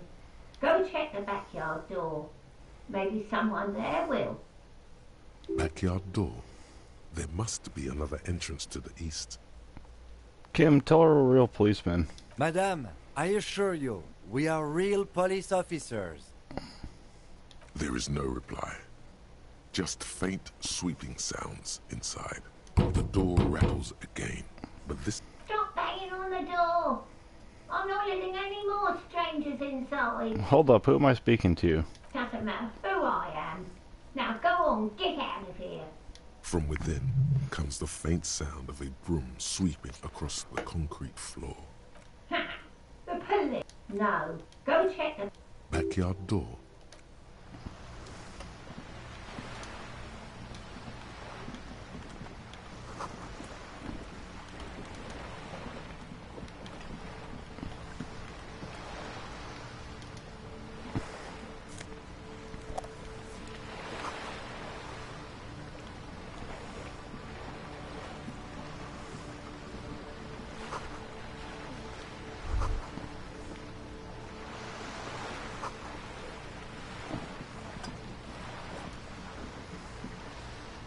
A striking woman leans against the cabin top of her sailing boat, smiling as you approach. Her green raincoat glistens with droplets. A silk scarf is tied around her throat. Good afternoon, officers. I'm Joyce. Joyce L. Messier. I represent the board of Wild Pines, the owners of the harbour. You gentlemen must be from the RCM. Joyce L? What does the L stand for? Beaton, my maiden name. I'm glad to see you here. Like steel, there is strength there. If she wanted, she could sink her nails deep into your skin. I was dispatched to handle a strike, not a lynching. Anything I can do to assist the RCM in this matter, I will, gladly. That is good to hear, madame. My colleague will take the lead on this interview. I should let you know that he is recovering from an unusual medical episode. Very unusual. But I can assure you of his ultimate competency. There's a trace of irony in his voice. Mischief, even. This is a tactic. It happens quicker than a shooting star. But did the lieutenant just wink at you? He's telling me to lean into it. How interesting. I wish you a swift recovery. In the meanwhile, you have my full cooperation, and the full cooperation of the Wild Pines group. You're on a boat. Why, yes I am. Not a lot of people on boats, are there? Of course there are. We're on an archipelago. How else are you supposed to get around? Wait, we're on an archipelago? Yes, we are. We are on Le Caillou. Technically, the neighboring Ozone and this is great. Alamer island groups are archipelagos, while La Caillou, by contrast, is a single fertile landmass, the fourth largest island in the world. It is not an archipelago. Wait, I thought Lakaiu was one big island. Okay, if you want to get technical. Haha. The point is, we're all on islands here, and sail is still the most expedient way to get from one island to another, especially when you're in a hurry to resolve a strike. Still, I haven't seen anyone else sail a boat around here. I haven't seen anyone else drive a souped-up Capri Kenema motor carriage either. Actually, That motor carriage has been specially issued to serve as a patrol and pursuit vehicle. It's for crossing long distances in the greater Revachol industrial harbor. It's not a toy. Neither is this. A toy, I mean. It's a machine for crossing long distances in the Bay of Revachol, between the city and the islands. You need to make this lady admit she's only riding around on this boat because she's rich. Why? Why what? Stop thinking. Take her down. Why am I even thinking about this? I have police work to do. Have it your way. Does she have a name? The boat?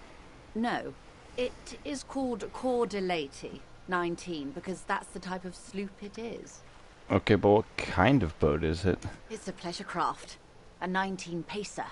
It also happens to be rated for Category 1 racing. Though these days I mainly use it for business. How do you like it? My sloop? I like it a lot. It's the eel's hips, baby. I'm enjoying this part of the interview. It has so little to do with the murder we're investigating. Do you have a license for this boat? Officer, I assure you I'm a highly qualified pleasure craft operator. The crowns of her teeth are porcelain, white as the boat's hull as she smiles. Qualified pleasure craft operator. So charming. Where's the damn license? Can I see your license? I just renewed its safety inspection last month, officers. It is completely seaworthy. In fact, it's taken part in not one, but two insulindic regattas. Even finished once. Still need to see a license, ma'am. Actually, you don't. I'm pretty sure I do. I police. It is a little known fact among those who police that the Wayfarer Act specifically denies the RCM the authority to demand anyone's operator license. Oh. The Wayfarer Act is one of the few pieces of legislation governing human interaction in the Revachol Zone of Control, along with the Emergency Trade and Ailments Acts. The what now? It's one of the foundational laws in Revachol, designed to limit the authority of local institutions. Part of it prohibits the RCM from requesting most documents and licenses without permission from a coalition representative. It's a law that keeps Revachol what it is, in limbo.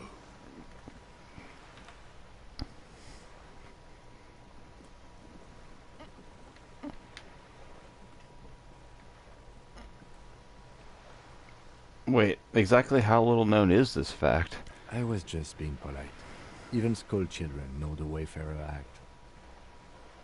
So we can't pull over random civilians and demand their papers. That's weak. Unless it's their passport. No. Do you want to ask for the lady's passport? Yes, I'm going to need to see your passport. Of course. The woman is silent, smiling while the waves lap against the hull. In your hand, under the plastic, a light blue passport saying, Republic of Vespa. The coat of arms has a lion and an ostrich. Seagent. The Republic of Vespa, formerly the Republic of Vespa Messina, was once a dual kingdom. An amicable parting of ways produced two constitutional monarchies. Vespa, the richer of the two, is an occidental nation known for its proximity to the Pale and its exotic financial derivatives. Anything else? It is a stable country, and yet there has always been something ominous about its perfect stability. It's a place at the edge of the Mwindi Isola, overlooking the Ubi Sunt Isles, fracturing into the great unrest of the Pale. The woman, born in the year 3 in the commune of Revachol, smiles at you, face adorned with frown lines and crow's feet. The photo is recent. The name reads, Rejoice Leighton Messier. Your name is Rejoice? Yes. But please don't call me that. Why? Joyce is much more efficient. You're from the Republic of Vesper. My husband is. I have dual citizenship. A Vespertine is handier when traveling. Everything appears to be in order. She nods and returns the plastic bag to her coat. I think I have a handle on the boat thing. Good.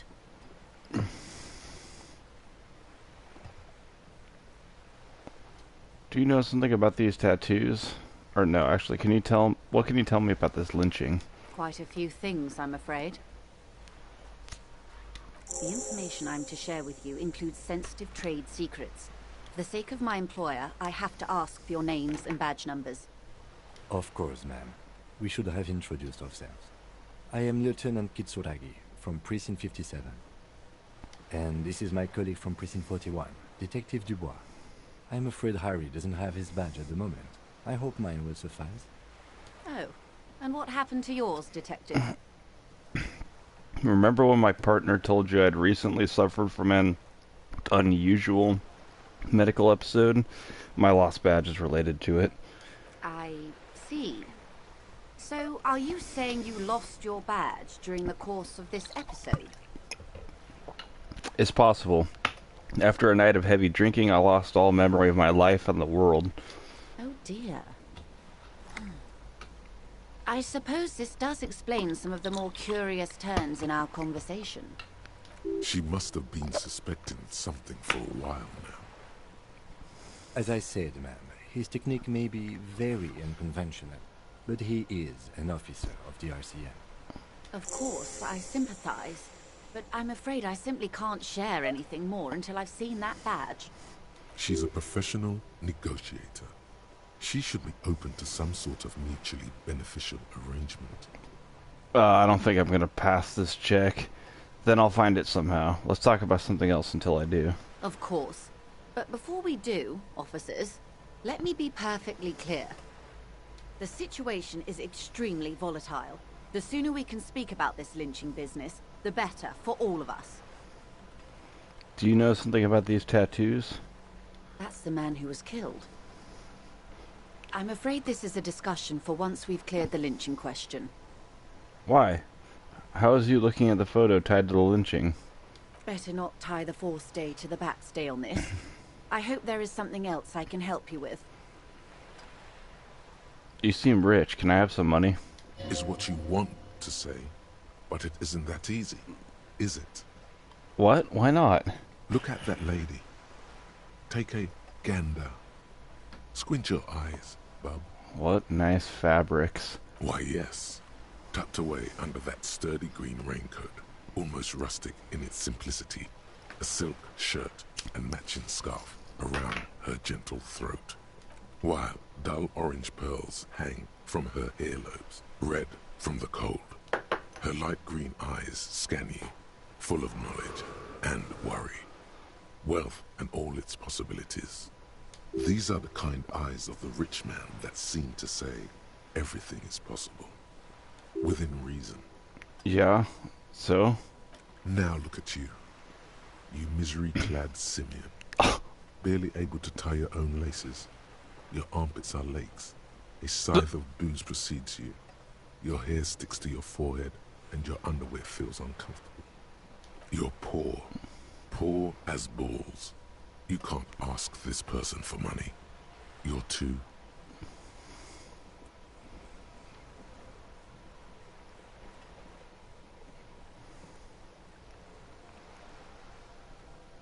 I'm not ashamed. Oh, but you are. Too ashamed to ask this person for money. Too scared to belittle yourself in her eyes. Those half-precious stones of Erdenin. As I was saying, if there's any way I may be of assistance, please don't hesitate to ask.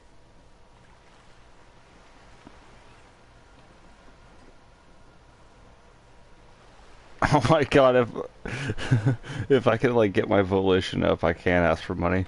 Thank you, that's all for now. Of course, Detective. Take care. That's awesome.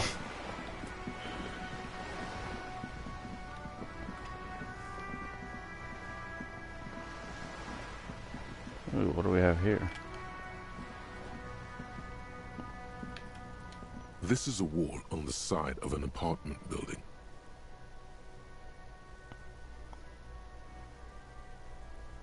Why am I looking at this wall? Because this is no ordinary wall. It is sublime. Look at it. The shadows, the colors. All the other walls on all the other houses must make a pilgrimage in adoration of this, the uncontested pinnacle of wallcraft, color peeled from the very face of God. More! Oh, Wall Father. Kim, I must paint this wall and add even more beauty to it. Huh? He sounds tired of it all. Cindy the Skull has all the necessary materials. Talk to her. First, I know you're tired, but take another look at this wall. Draw nourishment from its beauty. Sure.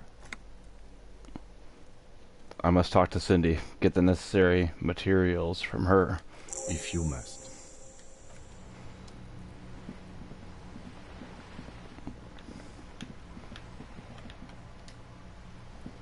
Hello again, officers. Have you come to admire my mural? Cindy, I need some paint, and your brush, too. What for?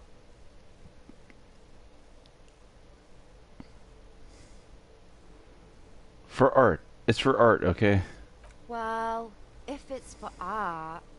But what kind of art are we talking about?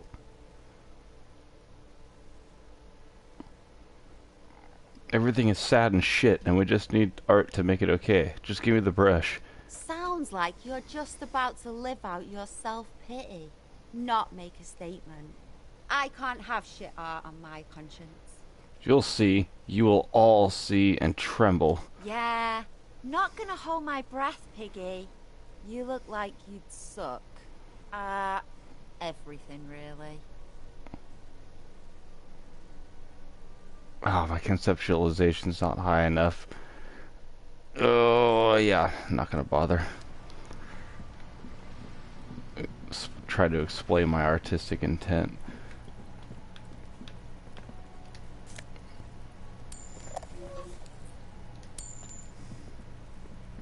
Are you trying to sneak up on me? Come to slit my throat in my sleep? Apparently, she doesn't like people standing behind her back. Logic error. She is not sleeping right now. Pig's come to take me out. Trying to snuff me out. Are you sleeping right now? Don't get fucking clever with me, Pig. You think you're so clever. Hey,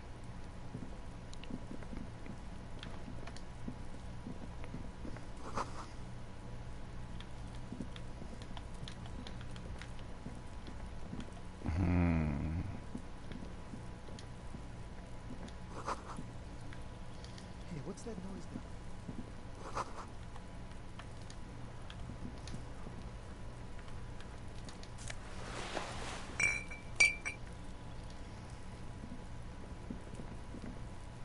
This must be it.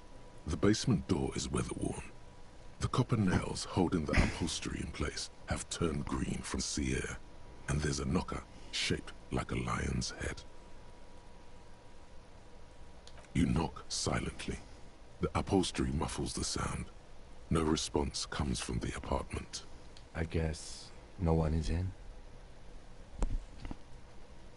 The leather upholstery is worn and roughed against your jaw.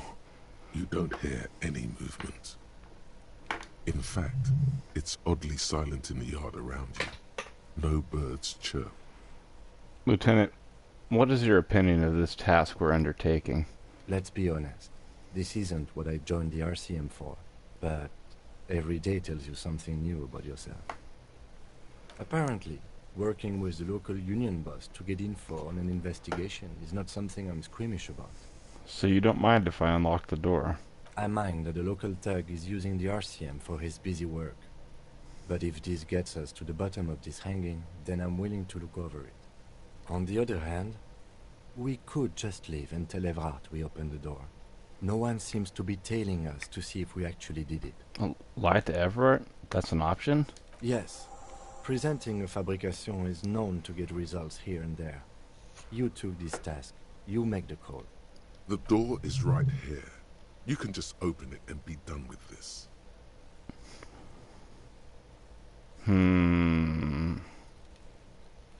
So, it's like the union boss wants me to open this door, and he didn't really explain why he wants this door open. but it sounded vaguely threatening and won't give us our lost gun. Is our rhetoric strong enough to lie to him? Can I level it up? I can.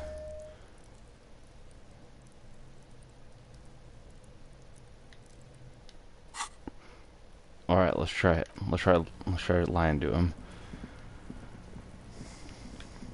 Also, what's this?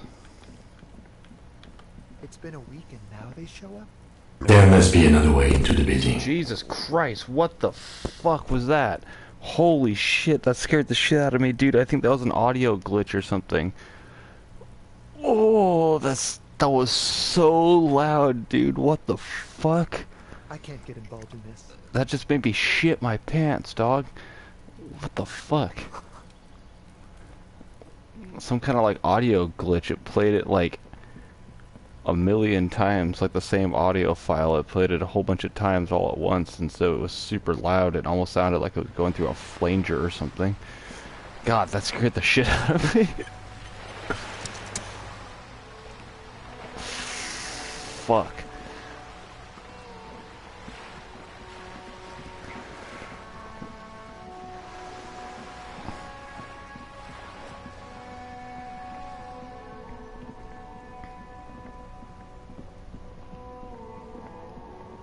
How do we get to the place? I think it's over here, right?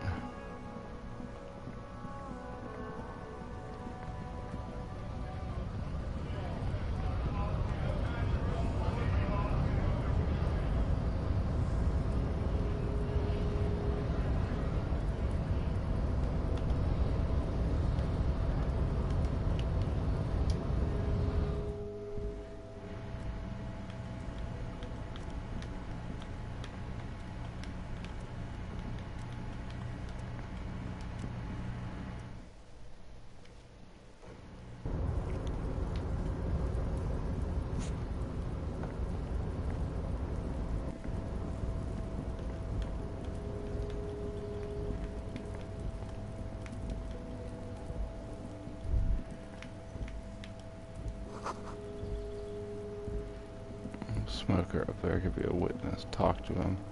Smoker.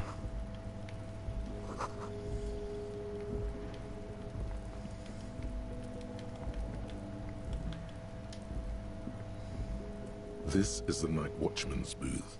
The name on the door reads René Arnaud. Kim, I'm gonna take a quick look inside.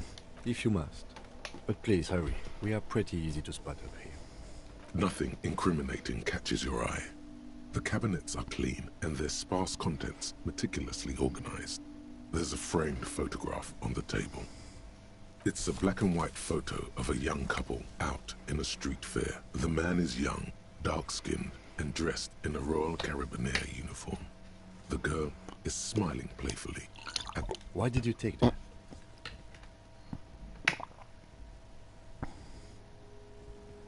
Something about this man piques my interest. I think it's gonna be a side thing. Fine. But let's move. I don't want to be seen snooping around here.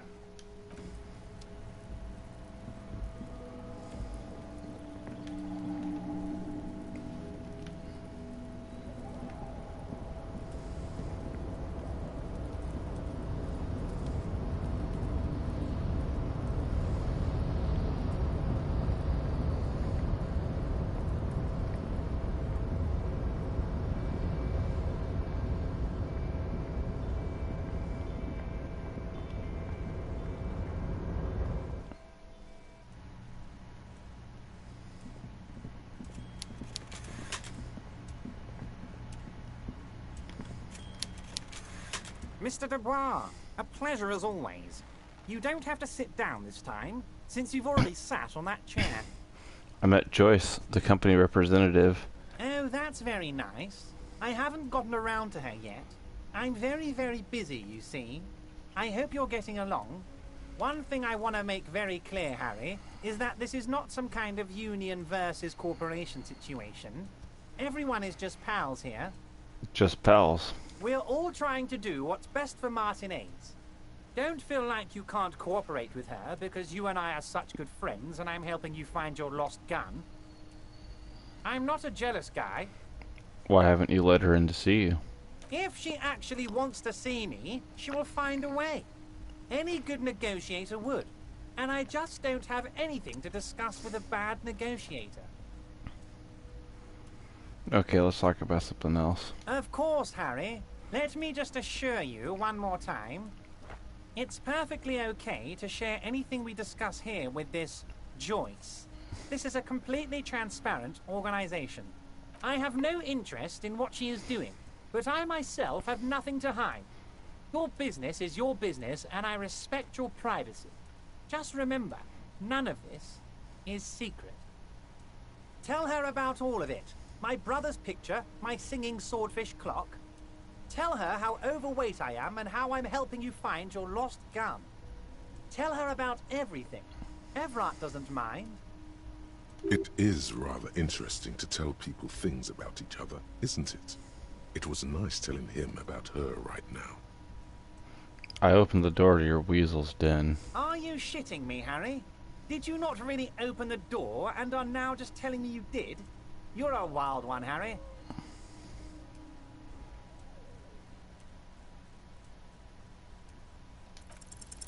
Good. Now take it a bit further. Take it home. Not only did I open it, I went inside too. It was a real weasel's den, Everett. I bet it was, Harry. But seriously, what did you see in his apartment? A guy who has antagonized the Union in a Union-run town. Maybe it's political.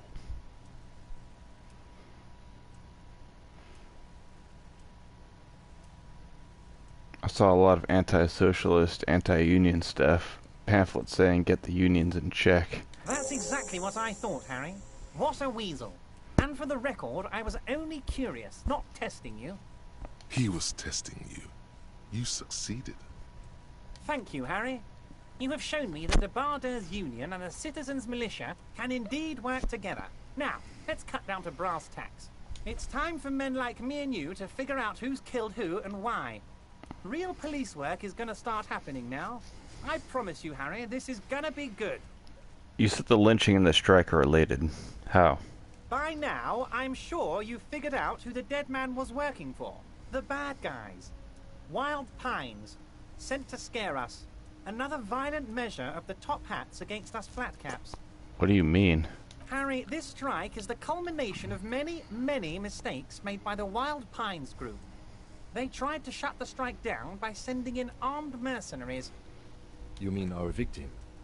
A security contractor? Can you imagine that? Workers standing in peaceful protest, united in the spirit of fellowship, and they send hired killers to mow us down with machine gun fire? He performs a motion as if spraying bullets from a machine gun. I'm talking beasts. Hardened killers from proxy wars in Yisut, Semenine, Saramaritsa, you name it, they've done it. Raping, killing, burning villages, killing little children for the Senorita Pineapple Company, Harry. Everything they did there, they brought over here. They want to turn Revachol into a third world slum. Honestly, the only thing they didn't do is kill the village elephant. Hold on, you have a village elephant? No, Harry, the elephant is metaphorical, and so is the village, but the mercs and their brutality are very real. Go on. Now, I haven't personally witnessed the brutalities out there. I have the luxury of staying in my container, you see. If I need to go somewhere, they just move my container. Wait, they moved the container? Yes, I'm an old man, Harry. My legs aren't what they used to be. They lift my office with that big crane. It's actually very fun. You should try it. But enough about me and my fun container. The killers the company hired, I think there were 3 of them, all hardened commando types. One of them got downright suicidal, getting drunk, violent, a little rapey. Even their own negotiator couldn't control him. That's your boy, the one who likes hanging out and trees. By negotiator, you mean Joyce? Harry, what you need to realize is, we dock workers are not pushovers. We got grit, Harry. This whole neighborhood does. Push us hard enough and we push back. And when we do, we push to kill. Wait, the whole neighborhood is in on this? There's a militant What? wing Shit. inside the Union. A group of people whose duties don't involve manual labor, but peacekeeping in the neighborhood, making sure everything runs smoothly. I accidentally pressed the X button twice during... Okay. That sounds a bit like organized crime. They're like you guys. Idealistic people who want to make sure bad things don't happen. And if they already have, well, punishment must follow. Again, that sounds like organized crime. So these idealists killed our victim? One day Titus Hardy, leader of this peacekeeping faction, comes up to me and says, "Boss, socialist democratic fervor drove us to take it upon ourselves to kill this beast that was burdening the land." He probably worded it differently, but that was the idea. Sure sounded to me like they killed him. I gave them 2 weeks paid leave and told them to lay low to avoid retaliation. Aren't you worried we might arrest them for this? Oh, I'm not at all worried about that. These are not the kind of men who get arrested. They're Martinez boys, tough and gritty. I'd like to see the man who takes them in. Besides, I sent my lawyer girl to look after them. He places a lot of faith in that lawyer girl. Perhaps this is a tactical error. Anyway. I want to hear... How do you know the mercenaries were hired by the shipping company? How do I know? Let me tell you about these people. That's their MO. It's what they do. Last winter, some poor workers in Terminal E went on a little strike. The company sent in Sediment, a security contractor. The strike was over the workers' right to wear protective footwear, Harry. These guys turn up and start beating people. Tell you what, Harry, I wouldn't be surprised if we got the same mercenary company after a little rebranding. And I'm sure as hell not surprised to see an army of scabs under my gates. So you believe the scabs were organized by the security contractor? You said it. Hell, one of those guys looks big enough to take down that proverbial elephant. Boys like that don't just happen to show up during strikes. That does sound quite unlikely, yes. The big guy leading the scabs at the gate is colossal. You mentioned the lawyer girl? Oh, Liz is a bright one. I paid for that law degree myself, thinking it'll probably turn her all fancy. But hell, Harry, she came back a firebrand socialist. Sometimes she scares me with her zeal. Tell me about this Titus Hardy and his crew. Oh, they are simply fine young men, all 7 of them. Exemplary union members. Always working to advance their position in the local socialist democratic movement. Core members. Old Theo used to run them, but things really kicked into gear when Titus took the reins and named the group after himself. Gotta love his initiative. Interesting. Who's second in command? They're almost all of them great guys, born leaders. Whatever happened, I'm sure they only had the best interests of Martinez and Revachol in mind. Work with them. Hell, interview them. But don't fight them. They really are just like you. Men who like beer, women, and some order on the streets. Where can I find them? The Union booth in the Worthing was empty. You know what, Harry? I got a feeling they're gonna show up in full force tomorrow. The lieutenant marks something in his notebook. In the future, I could use your backing. Can you ask the Hardy Boys to cooperate? But of course, it's the least I can do for my good friend Harry. I'll do it right after we've concluded this talk. When you meet this Titus, tell him about this. See what he has to say. Also, Harry, here's 5 real. Wait, why are you giving it to me? I'm not giving you anything. I'm just holding out 5 real.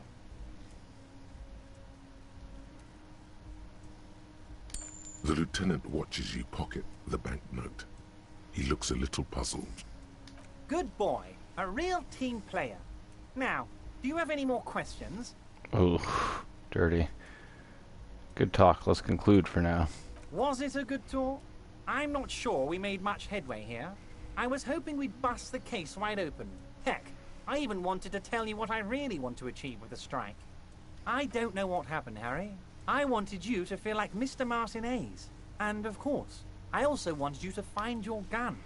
But it's like I can't completely trust you. Yet. Yet? Yes, Harry.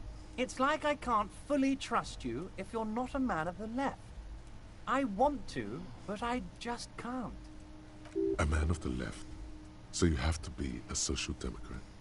He's been hurt too much in the past by men who aren't social democrats.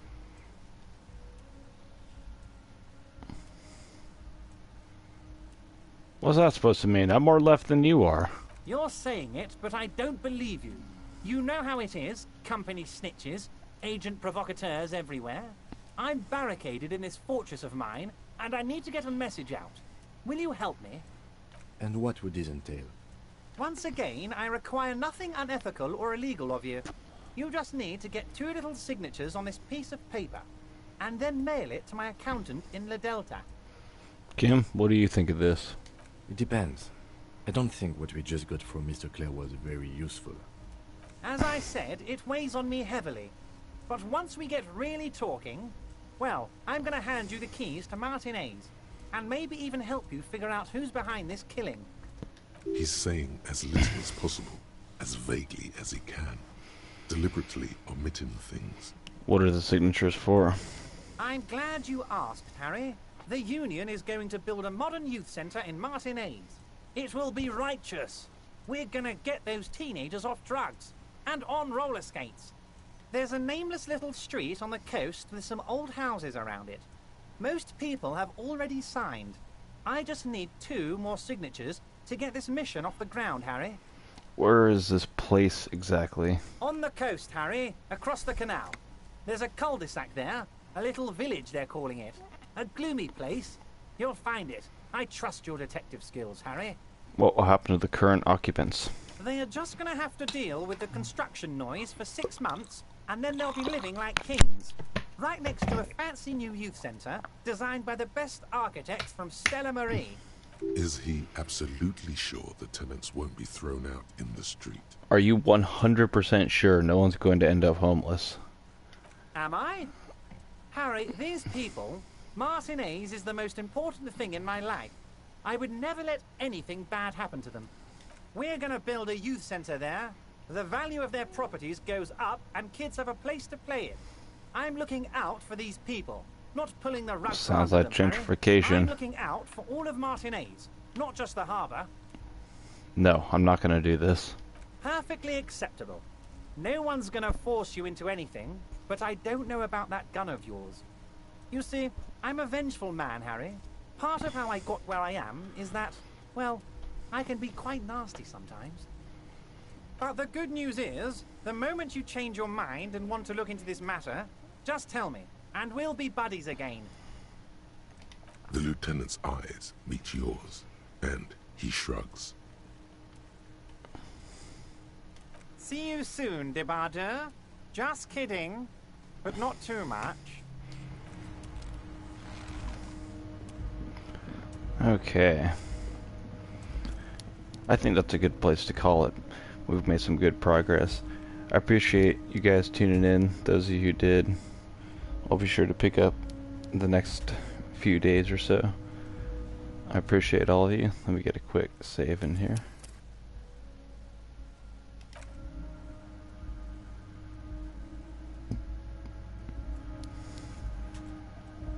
Okay. I appreciate all of you. Thanks for tuning in. I'm Real Ben Anderson, and I will see you next time.